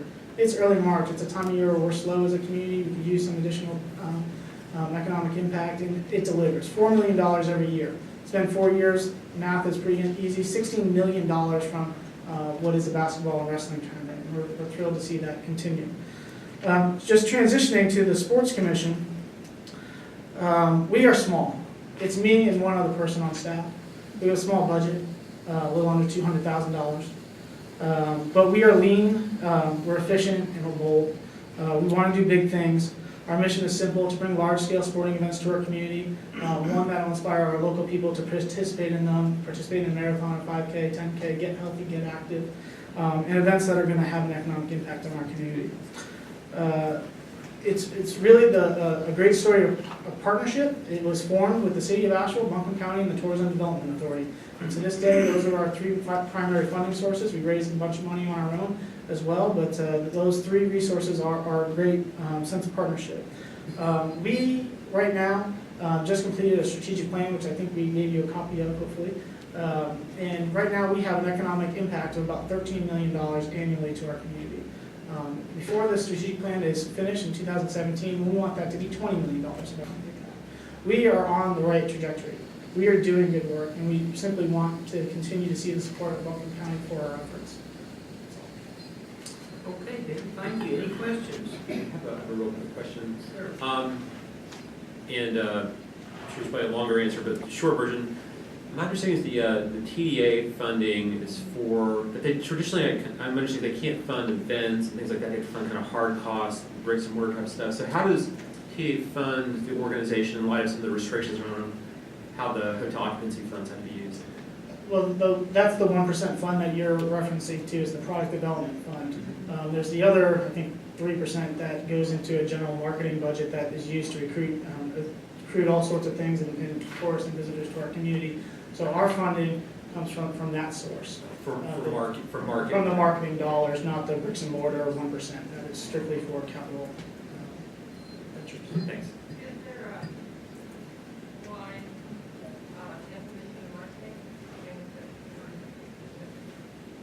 As far as the legislation in the state? No, how it's defined. Maybe the time that once something's here, the advertising is going to do that, versus the You mean the TDA's funding? Primarily, it's bringing things into the community. It's generally not used for things that once they're here, promoting those for, say, attendance at a festival or event, something like that. All of that money is really used, a lot of it goes to the advertising that they do throughout the region to bring tourists here to our community. But it also goes to, developing ad campaigns and some strategic partnerships as well. I just have one potential request, which is, and you probably are already doing it, but you've probably been here a good deal of the day, and I kind of hear, I've never been able to do the Saturday dribble thing. But it always sounded really fun. But, there seems like to be such great matches here. I mean, just the project lighting up. I don't know if y'all have ever done that. But so kind of reaching out to some of these other community funded partners that we've got. I know you're probably already doing that, but I would just kind of put a special pitch in for our team here. So, certainly, that's great. And this year, one exciting partnership was with Evelyn. We launched a Headlock on Hunger campaign and a Hoops Against Hunger campaign. And if Bill left, but I forget the exact statistics, but he raised thousands of dollars to support the Home for the Holidays project through Evelyn, and a lot of food donations as well. And I forget the exact number of tons it was, but it was a couple. So we're proud to, and that's really how we are effective with a 2-person staff. It's really the volunteer and the community relationships that we have that allow us to do what we do. Any other questions? Great, thank you, Dan. Thank you. Next, we'll hear from Big Ivy, who has 2 projects. Can I hear from Big Ivy? All right, next 5 minutes, somebody else. Okay. Or not? Let's see, I think we've heard helmets, is that right, Madam Clerk? So now we have Asheville Buncombe Institute of Heritage Achievement and Buncombe County Schools. Oh, I'm sorry, come on up. I'll be happy to take Big Ivy's spot.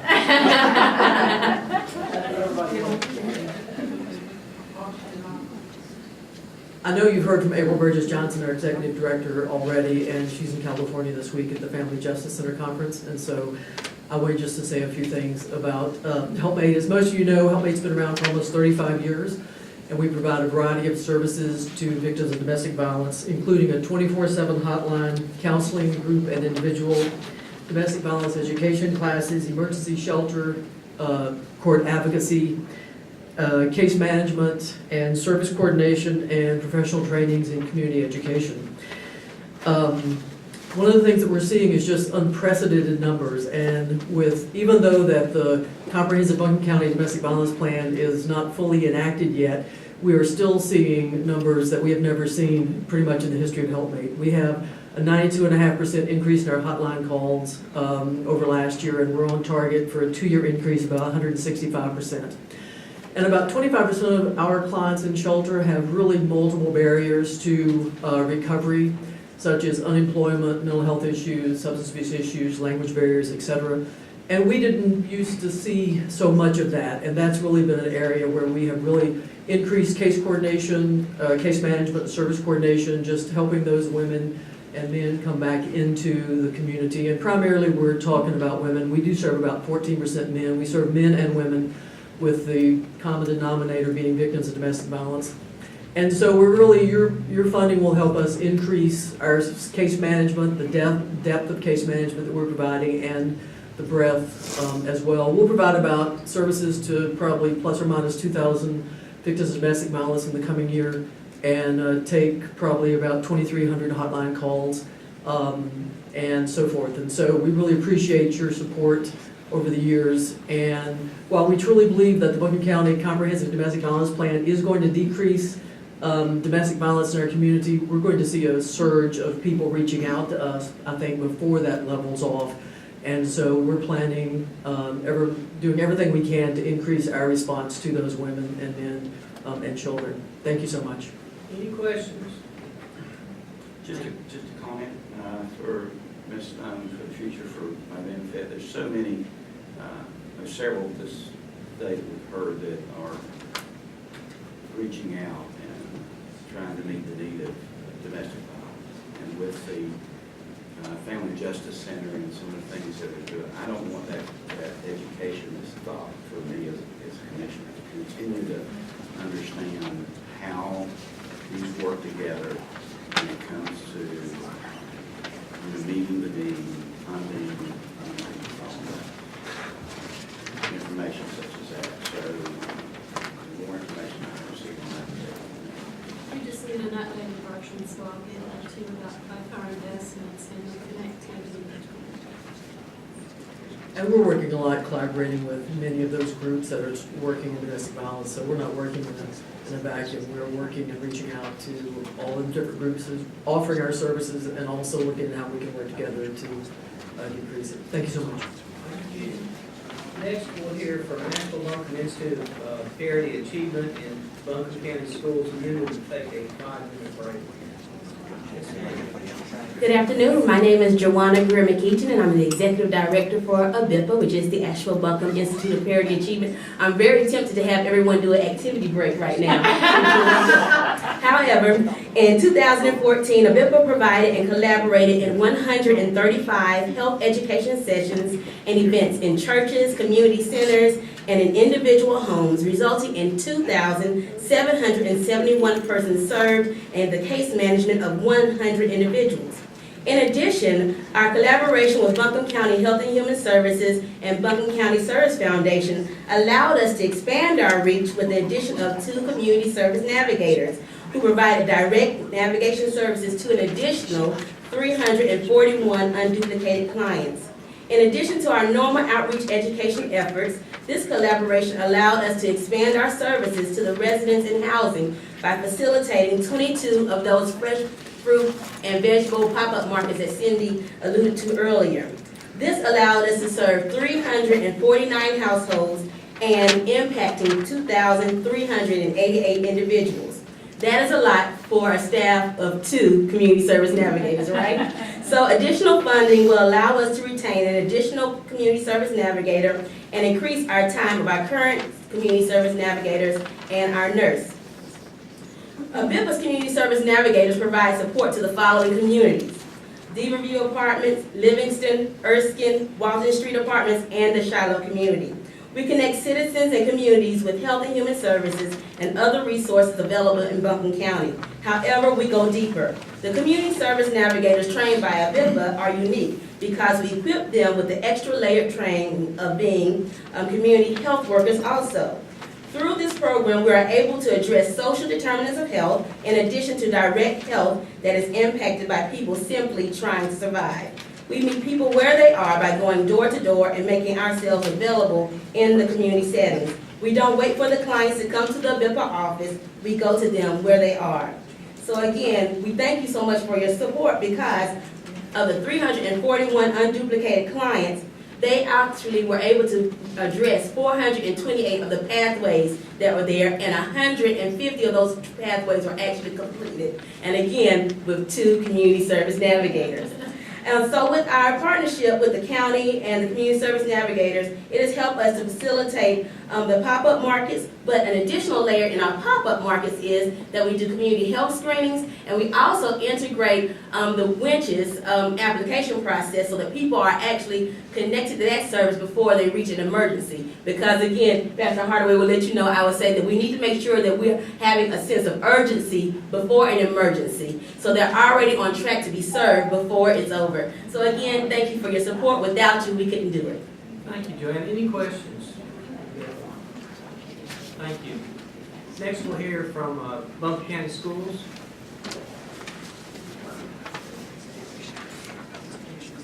It's a hard act to follow and be the person standing between you and break.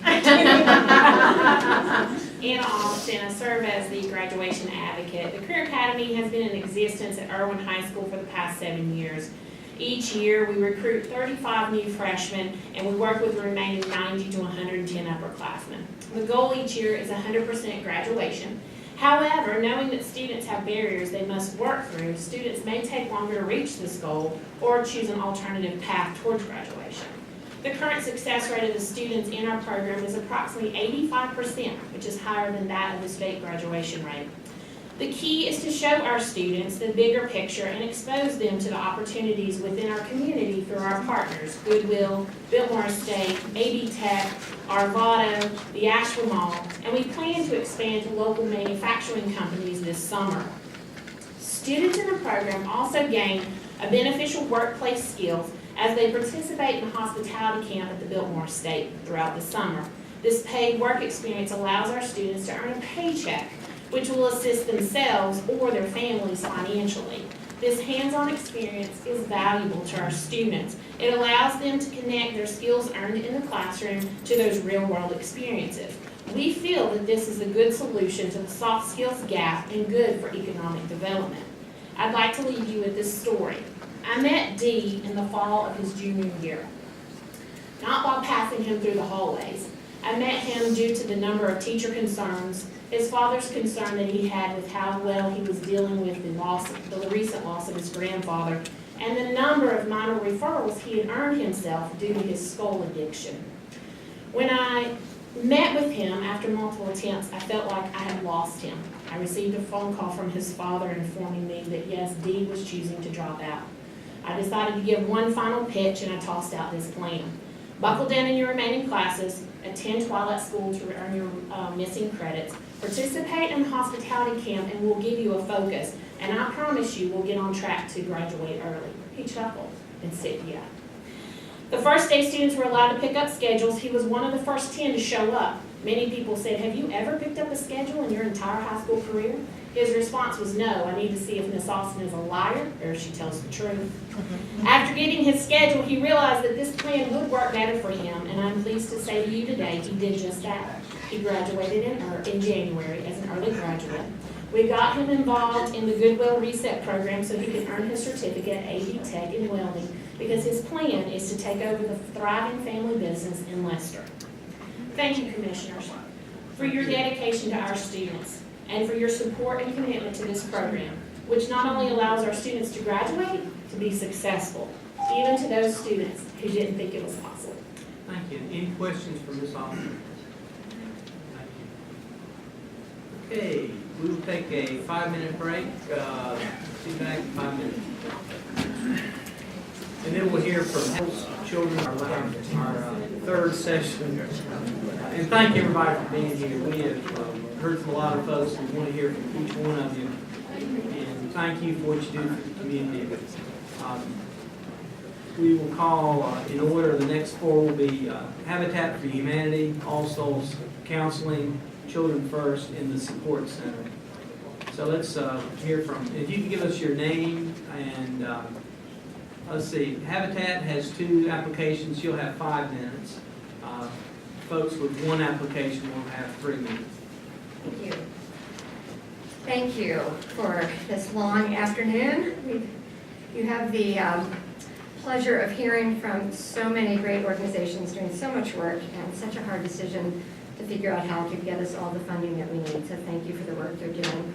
I'm Laura Collins, the grants coordinator with Asheville Area Habitat, and I'd like to introduce Hugh Lipham, who's right behind me, who is our home repair manager, and Jill Franklin, who is our family selection coordinator. And I wanted you to see more of our staff. I think you see Lou fairly often, but these are 2 newer members of our staff, very highly qualified, and I wanted you to be able to have a chance to ask them questions if you'd like.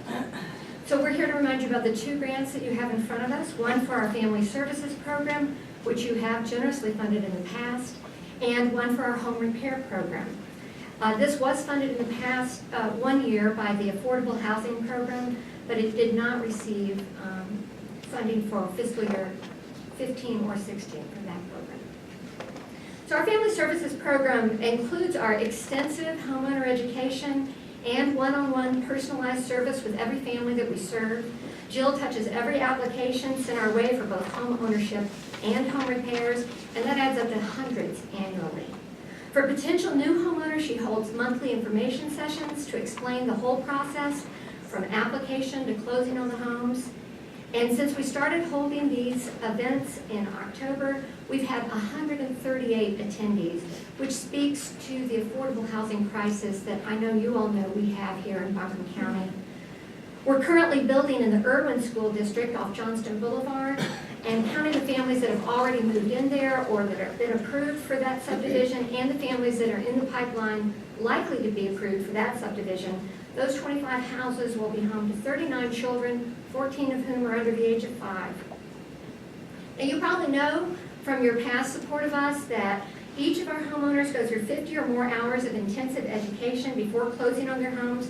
But let me remind you that we also act as the bank for each of these families. We do all of the underwriting. We've got a licensed loan mortgage originator here with me, as well as a certified housing counselor, Jill is. And we do all the underwriting, we hold the mortgages and the home repair loans, and we stick with these families for as long as they're in these homes, which is usually a very long time. We now have more than 20 of our families who live in homes that they have been able to pay off. That's the kind of security that all of our families in Buncombe County would like. Because we provide these 0% interest mortgages and sell the houses with no down payment, we're able to offer the opportunity of that kind of lifetime security that our families would otherwise not have. So far in this fiscal year, for home repair, Jill has 42 applications that have been approved and passed on to our construction services department, which makes a nice segue to our second application, which is for our home repair program. The recently released Bowen Housing Analysis makes clear that affordable housing is really at a crisis level here. And we've known that, and we see no end in sight. I think all of you are familiar by now with the findings of that report, but let me highlight one of the study's 5 recommendations: the need for home repair and maintenance programs with an emphasis on senior housing. The analysis concludes the aging population's housing need may be mitigated if seniors are able to stay in their homes longer and age in place. The large majority of our home repairs have been for elderly and or disabled homeowners since we began the program in 2011. We already have a strong track record of meeting this recommended action head on. We've expanded the home repair program each year since its inception, and with Hugh on board, we're positioned to continue expanding this critical work. Of the 40 repairs we expect to finish before the end of this fiscal year, 1/3 are in the county outside of the city limits. Previously, this number stood even higher, around 40% of our repairs being in the county outside the city. But unfortunately, since we've had no dedicated sources of funding for repairs in the county for over a year, and currently our entire dedicated revenue for the home repair program is designated for the city of Asheville or even specific neighborhoods within the city of Asheville, we have not been able to do marketing and outreach to the county. Now, this hasn't stopped us from responding to the need we see in the county. We are still doing county home repairs, but it has affected where we're looking, because we're now currently focused on finding home repairs in those areas where we have funding. So we want to be able to continue to expand into the county. Thank you. Any questions for Laura, Hugh, or Jill? Thank you.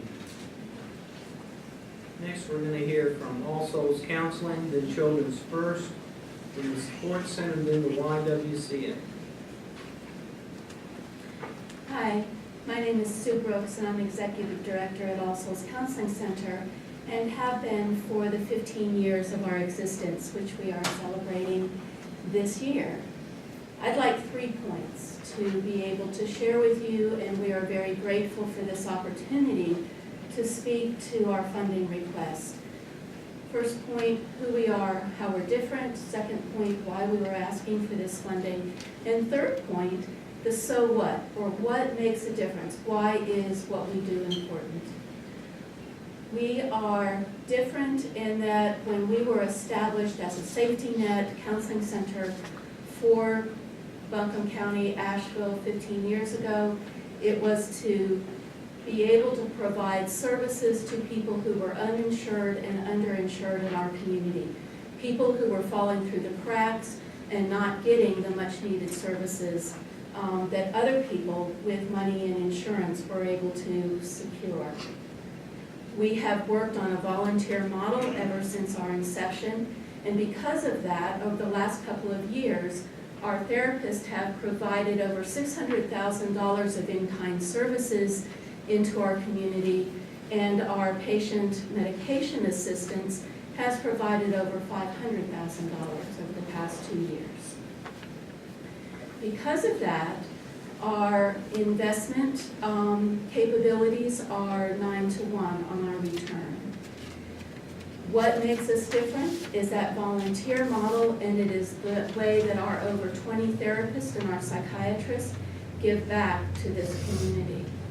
Our request is based on being able to work at more of our capacity. Right now, because of our financial, our funding limitations, we are only able to serve about 50 to 60 of our capacity. What makes us different? The so what factor, which I want to leave you with because I think that's the most important piece. Mental health counseling is important because it keeps our community, our individuals, families, couples functioning. Why is that important? Because as an individual, as a parent, as partner, as someone who is employed in our community, in our country, if people are not able to function, our systems break down and fall apart. So for people without insurance, people that are underinsured still, they deserve to have the same ability to get help, to be given assistance with tasks, skills, self-improvement, especially those with trauma. And we thank you for this opportunity in being able to help keep our community partners functioning. Thank you. Thank you. Any questions for Ms. Brooks? Thank you. Next, we'll hear from Children First Support Center and YW Housing.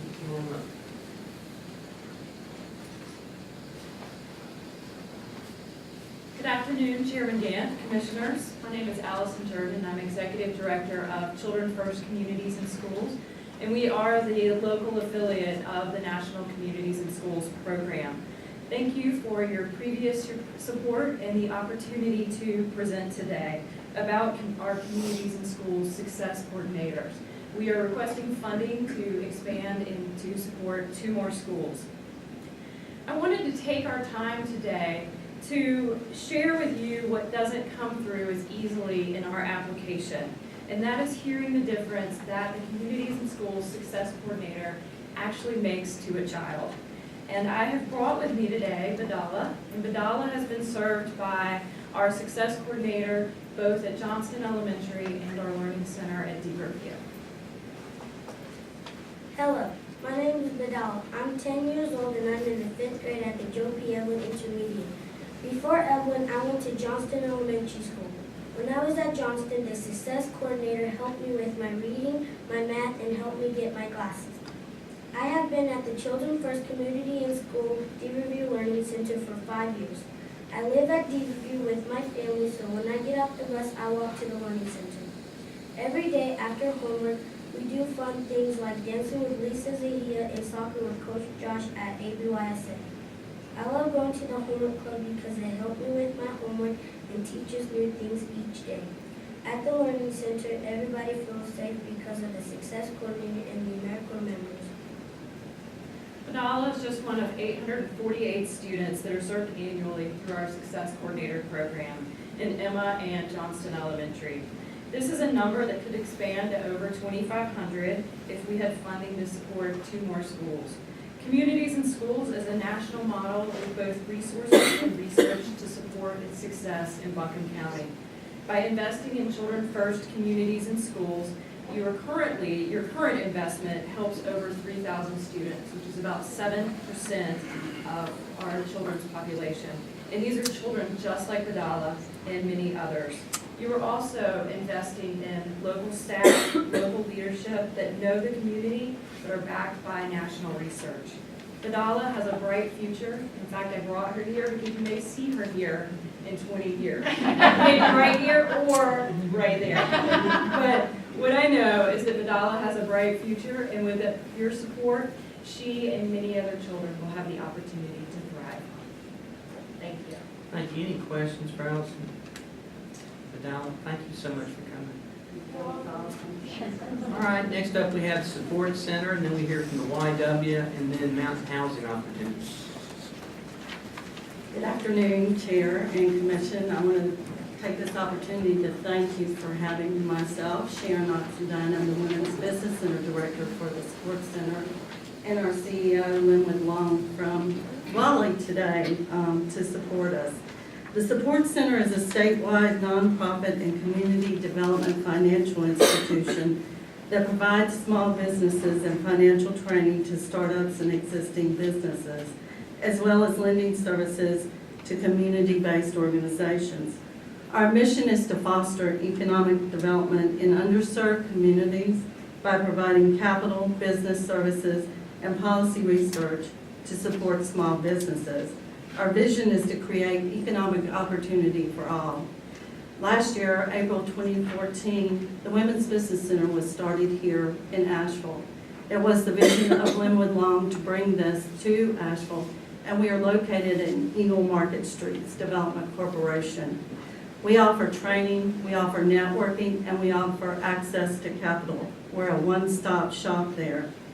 We have numerous collaborators here in Asheville, and because of my background of 13 years in economic development and microenterprise work, we're able to make these collaborations work.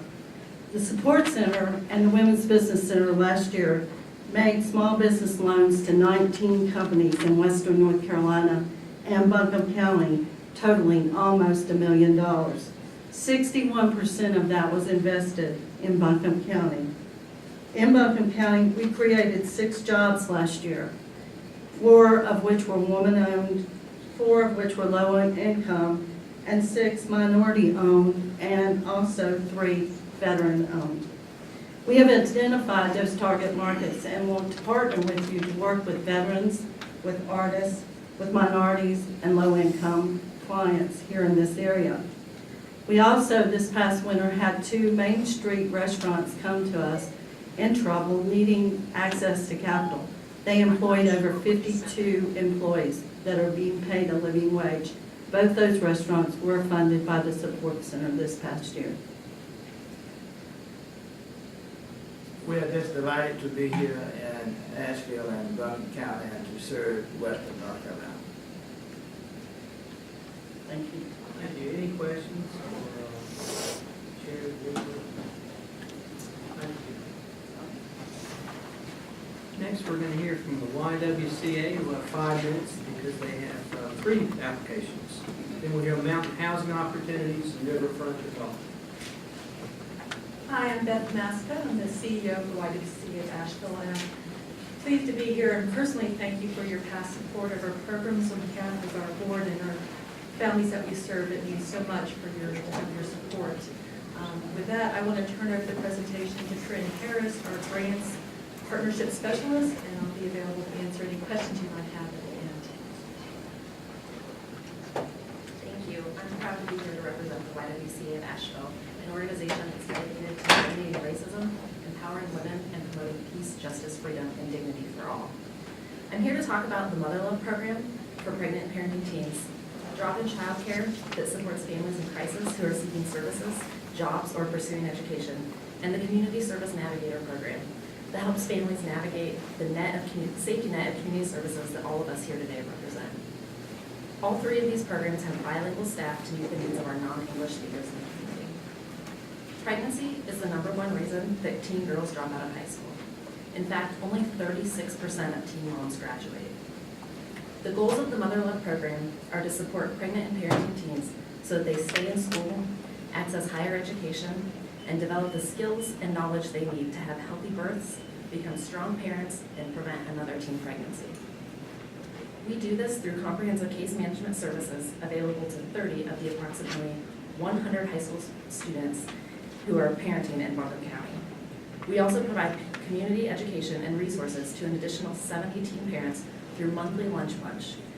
We have these at each of the county's high schools. Last year, because of the support, advocacy, resources, and mentoring of Mother Love, 30 teens stayed in school. 13 high school seniors graduated, and 12 went on to higher education. One was even the valedictorian of her class. One of these seniors, who's now a freshman at AB Tech, spoke at one of our fundraising luncheons recently. Her words were powerful and empowered. She said, "Without Mother Love, I wouldn't have finished high school. I wouldn't have had the resources I needed. I wouldn't have known where to begin to look. I wouldn't have been as competent or confident in being a parent. I learned how to take care of a baby and myself. My dreams for my son are endless. I dream of his success through school. I fantasize about his enthusiasm for sports. I dream we'll be as thick as thieves as he gets older. I dream of him maturing into a confident young man who acknowledges and is proud of my strengths as his mother. I dream that one day I will instill a work-hard attitude in him and he'll know he can achieve anything." A mother's education level is the best predictor of her child's future academic success. Because this mother stayed in school and had supports, we're confident that her and her son will have the opportunity to realize their dreams. As a trusted resource in this community for over 108 years, we were excited to join the county's team of community service navigators last July. At the YW, our navigators were to assist people to identify goals, needs, and services to meet those goals and needs. In the first 2 quarters of this year, our bilingual navigators linked 95 community members to 144 community services. These navigators work primarily in 2 programs: diabetes wellness and prevention, and drop-in childcare. Drop-in provides high-quality childcare to children while their parents seek services, jobs, or pursue education. While not required, the center offers the same high-quality standards of care as our licensed 5-star center. This means our kids get exposed to high-quality curriculum and healthy Rainbow in My Tummy meals, and that the staff has the training, and certifications they need to eventually transition into full-time employment with us or another high-quality center. Last year, Drop-In served 140 families with almost 10,000 hours of free childcare. 26 of those families secured full-time jobs, 30 secured part-time jobs, 18 persons with disabilities secured benefits, 7 enrolled in 4-year college, and 77 enrolled in community college or vocational training. Many of these participants achieved multiple goals like getting a part-time job and enrolling in AB Tech. One of our recent participants wrote us a letter to express her gratitude to the drop-in program. She writes, "My family and I moved to Asheville 3 years ago. I spent months looking for a job with no luck. Some of the barriers I faced during my job search were related to the fact that I was a woman and part of a minority group and looking for a job in a recession. I wasn't able to get job interviews since I didn't have a place to take my kids, and paying for childcare without an income was out of the question. We were having difficulty paying rent, buying food, and covering basic expenses. Now I'm currently employed at a nonprofit organization as a bilingual court advocate where I help victims of domestic violence. I realize that all this is possible because of the support I received from the YW during my job search. Now I have a job that gives me the opportunity to help people change their lives the way the YW changed mine. Thank you for your support and your time." Thank you. Any questions for Beth Foreman? Thank you. Next, Mr. Devon with Mountain Housing Opportunities. Then we'll hear Riverfront, Homeward Bound, Physical Legal Service. Thank you. I'm Scott Dedman, Executive Director of Mountain Housing Opportunities. Thank you for your support, both past and current, for this opportunity today and for your service to this community. I am very gratified that there is a growing awareness in the media and local government and employers for the need for housing supply. We in Buncombe County need thousands, not dozens, of safe, attractive, affordable homes in good neighborhoods. There's a growing awareness that we can't counsel or refer or advocate our way out of the shortage of affordable housing. We must build new, affordable, and workforce homes and preserve homes as well, and this is what we are about at Mountain Housing Opportunities. We serve over 700 households each year, over 1,400 people. We build 60 to 80 new homes each year. Our strategic plan calls for that to increase over the next 5 years to 200 homes per year. For example, we're now in construction of 55 apartments for the elderly in Wester. We have property for 60 apartments, a proposal that you have supported on Highway 70 in Swananoa, called East Haven. We're building 14 single-family homes. Actually, our homeowners are building the homes in Swananoa, and we've built recently, our homeowners have built recently in Weaverville and also in Black Mountain. We serve 100 households, over 100 households each year in the emergency home repair program, saving homes and saving lives all over Asheville and Buncombe County. I hope that you will review the sheet that you have in your materials, including the back of the sheet that shows examples of the homeowners that are now waiting for assistance through our emergency home repair program. Please look at both sides of that and review the information. I've not repeated that today. And as always, we say that if you work in Asheville or Buncombe County, you should be able to live in this community in a safe, attractive, affordable home in a good neighborhood. And when you retire or if you become disabled, this should still be true. Mountain Housing has helped over 5,000 Buncombe County households to achieve that goal.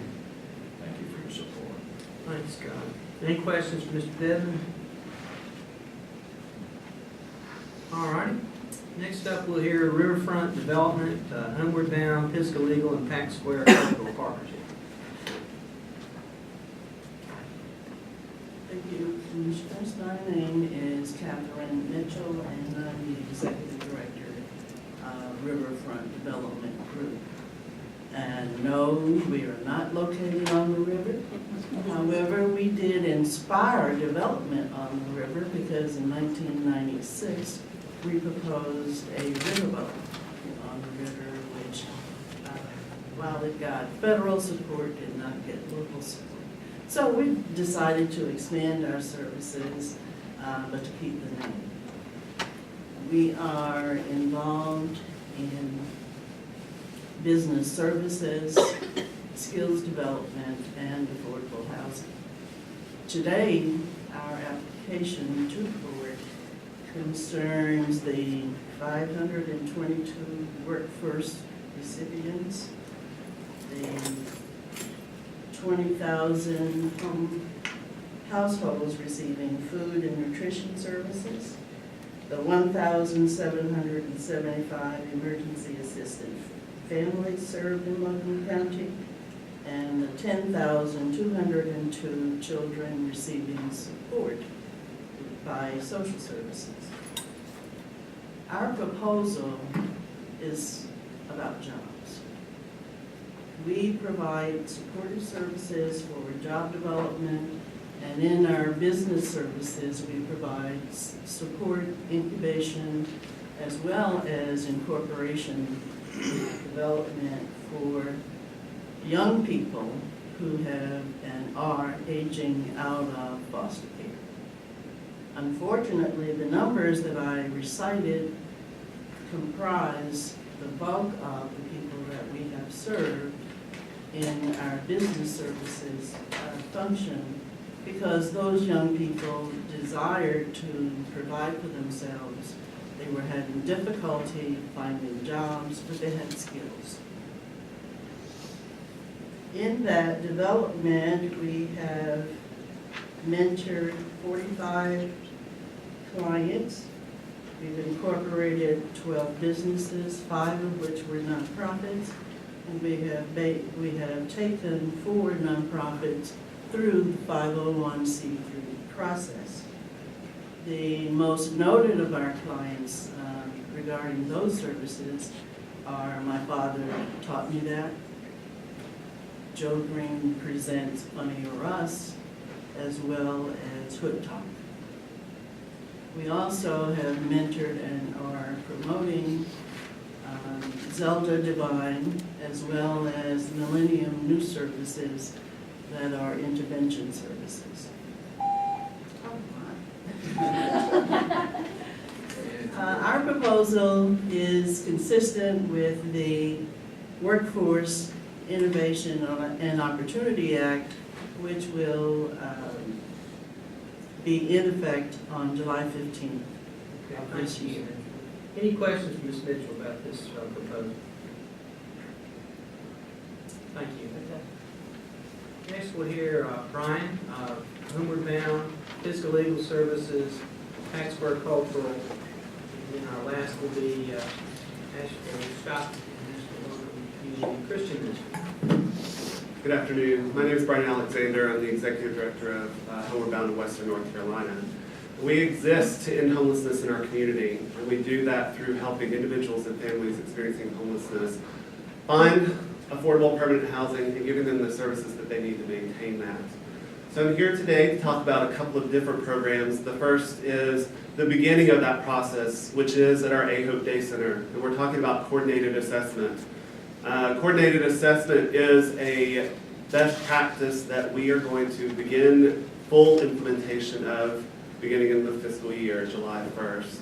Just to give you a sense of what coordinated assessment is, I was telling some folks in a group on Friday about the emergency room. The emergency room is something that we all understand. When we go to the emergency room, if we have something that is a minor illness, a cold, if we have an infected hangnail, I think is what I use on Friday, we're not expecting that we're going to be the first one into the emergency room. We're not going to be seeing those services immediately. The folks that have the crisis, the heart attack, somebody who is on the verge of dying is going to be the person that they take in for services first. And coordinated assessment works in very much the same way. We will be assessing over 2,500 literally homeless individuals in our community to determine what their level of vulnerability is. Because what we want to do is we want to match the level of services and the financial assistance with the level of need for those. And the reason why we do that is because we want to make sure that no one dies on the street. At that same time, I was telling a story about one of our most vulnerable members of our community who had been homeless for many, many years. And he had severe and persistent mental illness. He was somebody who was in and out of the jail system, who was costing our community an enormous amount of money. But because of the way that the system works, we were not able to help him immediately. He was next on the waiting list for permanent housing. We were ready and had an apartment ready for him, and he died on the street last year.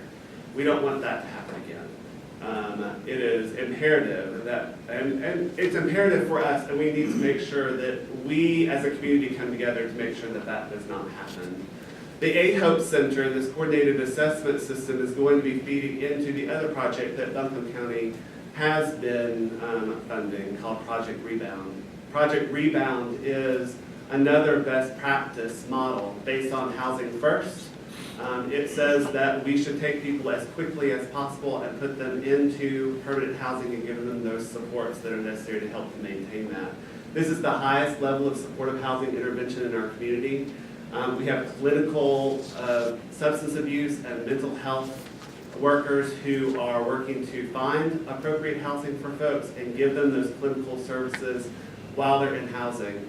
Homeward Bound has had an enormous amount of success over the last, 9 years since we started doing this work via Housing First. We moved over 1,000 people into permanent housing with an 89% housing retention rate. This highest level of intervention, working with the hardest and most vulnerable people in our community, called Project Rebound, is the most successful of those. We've kept 94% of those folks in permanent housing, which means that these are folks that would normally be going through all of our emergency services. They'd be using the ambulance services, in and out of jail, in and out of detox and substance abuse treatment centers. Of the almost 250 people that we have moved into Project Rebound, our community, based on data that we put together back when the 10-year plan was initially put together, we know that it costs about $23,000 per person per year for somebody to be homeless on the streets. Based on that number, we know that we've saved, for those almost 250 people, over $3 million just through Project Rebound alone.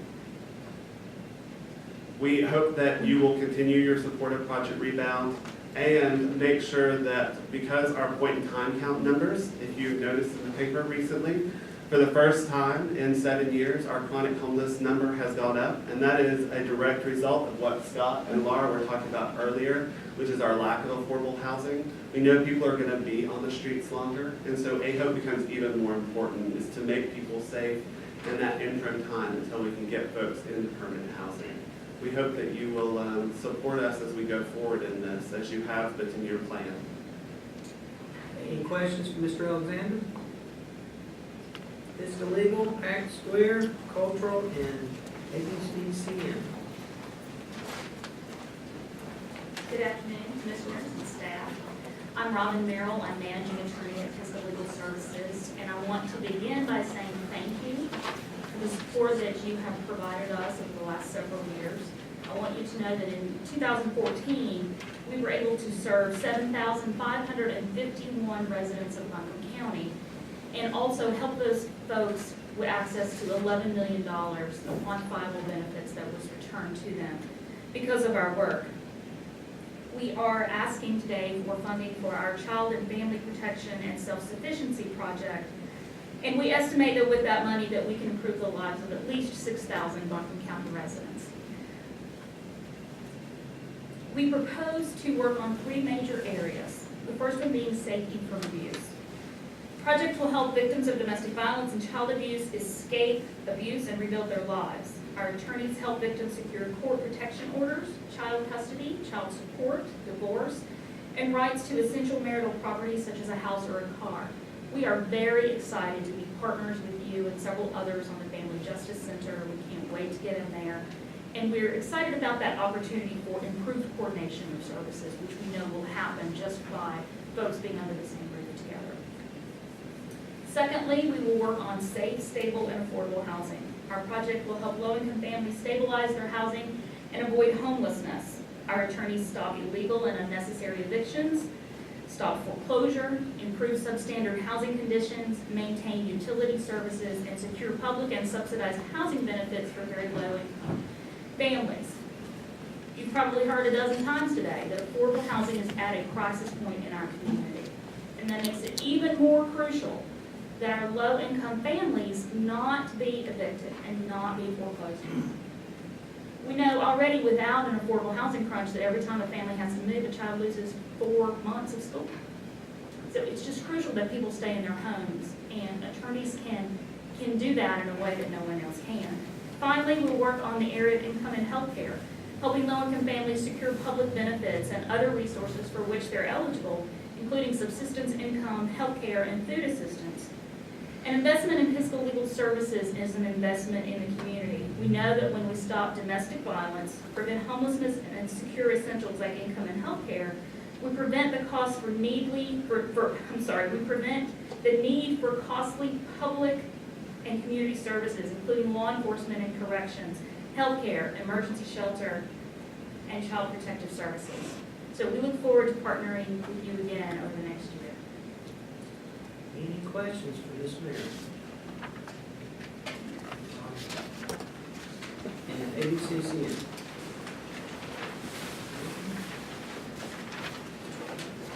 Good afternoon. I'm John Ellis, Managing Director of the Diana Wortham Theater, and I'm here with Pam Myers, Executive Director of the Asheville Art Museum. Since coming before you a year ago, we've gone through a few changes. But despite all the changes that we've gone through, I'm proud to say a lot has not only remained the same, but it is improved. We've gone through a successfully navigated a restructuring of the governance in the building in which we're housed, and we've come out the other side. We formed a tenant association, the Taxpayers Cultural Partnership.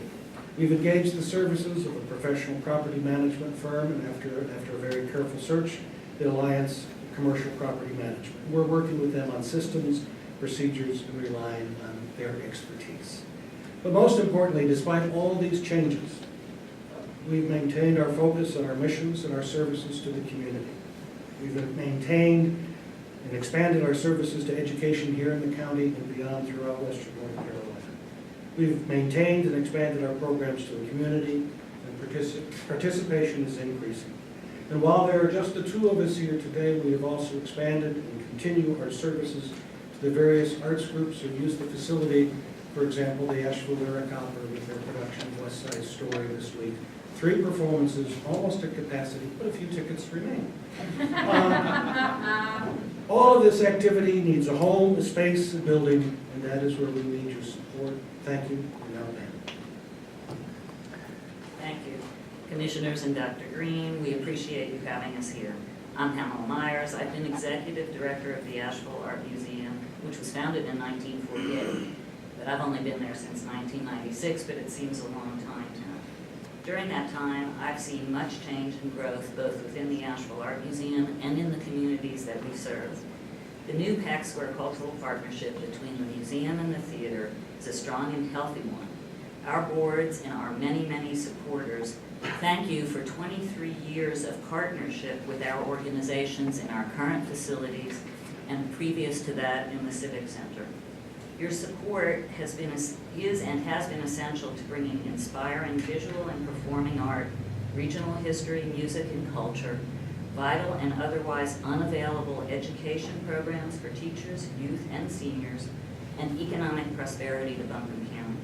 With your support of basic operations, the museum and the theater have been recognized for excellence in all areas of their operations, and have engaged over 200,000 participants in programs over the past year alone. The museum and the theater continue to expand to meet growing demands from Buncombe County residents, educators, and visitors.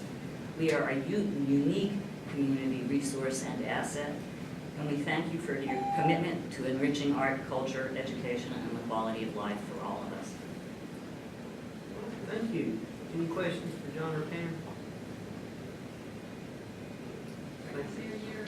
How fast a year goes by. That does. All right, well, our final presentation today will be Asheville Buncombe Community. Rogers here. Look forward to hearing. You have 5 minutes. You have 3 applications. Thank you all very much for what you do for our community. We've been partners a long time. We appreciate the staff leadership, Green, Andy, John, and all their teams work to not only fund us, but also fund so many of our wonderful partners in the community. I have Mary Skudlow with me, who's the director of our Veterans Restoration Quarters, as well as Steadfast House today. I want to say how much we appreciate the support of community navigators. These community navigators at our Hominy Valley side and our south side is also not only serving about twice as many customers as we expanded down there, but we're also hoping you might add that to our ABCCM North side. Thank you for the opportunity to bring more resources to them.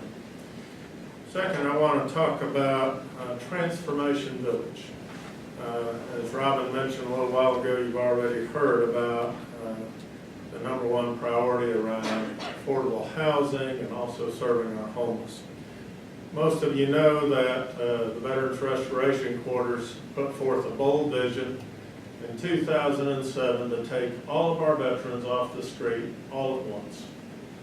Since that time, we've had less than 10 unsheltered veterans in the point-in-time counts, and we are essentially at functionally zero for those who are literally homeless. We're proposing to you to do that again with Transformation Village, where our homeless women, our moms with children, but also intact families. We're asking for your support on 2 levels with this project. First, we've raised $2.5 million towards a $5 million pledge goal. Second, we're asking you for, well, first, we're asking you for a capital gift of $500,000, about 10%, just as you supported ABCCM Hominy Valley in completing that $1.4 million campaign with a $140,000 gift.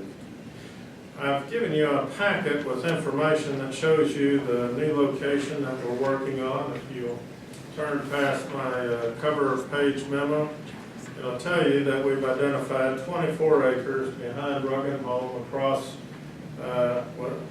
from Jim Barkley on I-26 and behind Ruggan Home across from the Biltmore Square Mall. If you turn the page on that, you'll see that we have already identified plans for a village that will actually have 5 different neighborhoods. It'll have an area specifically for intact families, a neighborhood for veteran women, for women dealing with substance abuse, for moms with children, and a large area for those who are survivors of domestic violence, behind a double level of security to meet state and federal guidelines. It'll have a state-of-the-art community training center, similar to building on the concept of the Veterans Quarters that in the last 8 years has helped over 3,000 homeless veterans leave the streets and never come back. The training center will include a culinary training center, a medical clinic, as well as multiple training centers to continue our good work in that arena. In January, we submitted 274 names to the Department of Labor to find out how they were doing 18 months later. The report came back from them that 91% were still on the job after 18 months, making $15.81 an hour on the average. We believe that we can meet these needs through 1-bedroom efficiency apartments, a 2-bedroom unit model that is based on some of the best architect practices that came out of Katrina. Our last proposal is a Circles request that builds on two new grant opportunities with the Federal Department of Health and Human Services. You can see that we can take a small investment of $50,000 for each of these, match it with $50,000 from ABCCM, and then multiply it tenfold with 2 grants up to $550,000 to provide both stability, training, job training and job placement for our low-income families. Thanks again for this opportunity to work and to partner with you. Any questions? Yeah, I have a question. Is the multipliers that you were talking about on the grants, do we have that information in here or not? Yes, it's in the last paragraph. Okay. It is. Any other questions? Thank you very much. All right, did I miss anybody? We will not be taking a vote today. The procedure will be that we'll be giving input to the county manager. And she will be giving a budget presentation May 19th, is that right? And in between that time and when we adopt the final budget, there will be discussions and maybe some changes. But the final budget vote will probably be in June, the 13th of June. Okay, third Tuesday. So thank you so much for coming. Wonderful presentations. We're so proud of our nonprofits and all the groups, what you do for our community, and thank you. Just tough decisions, but that's why we're up here. And thank you again for being here today.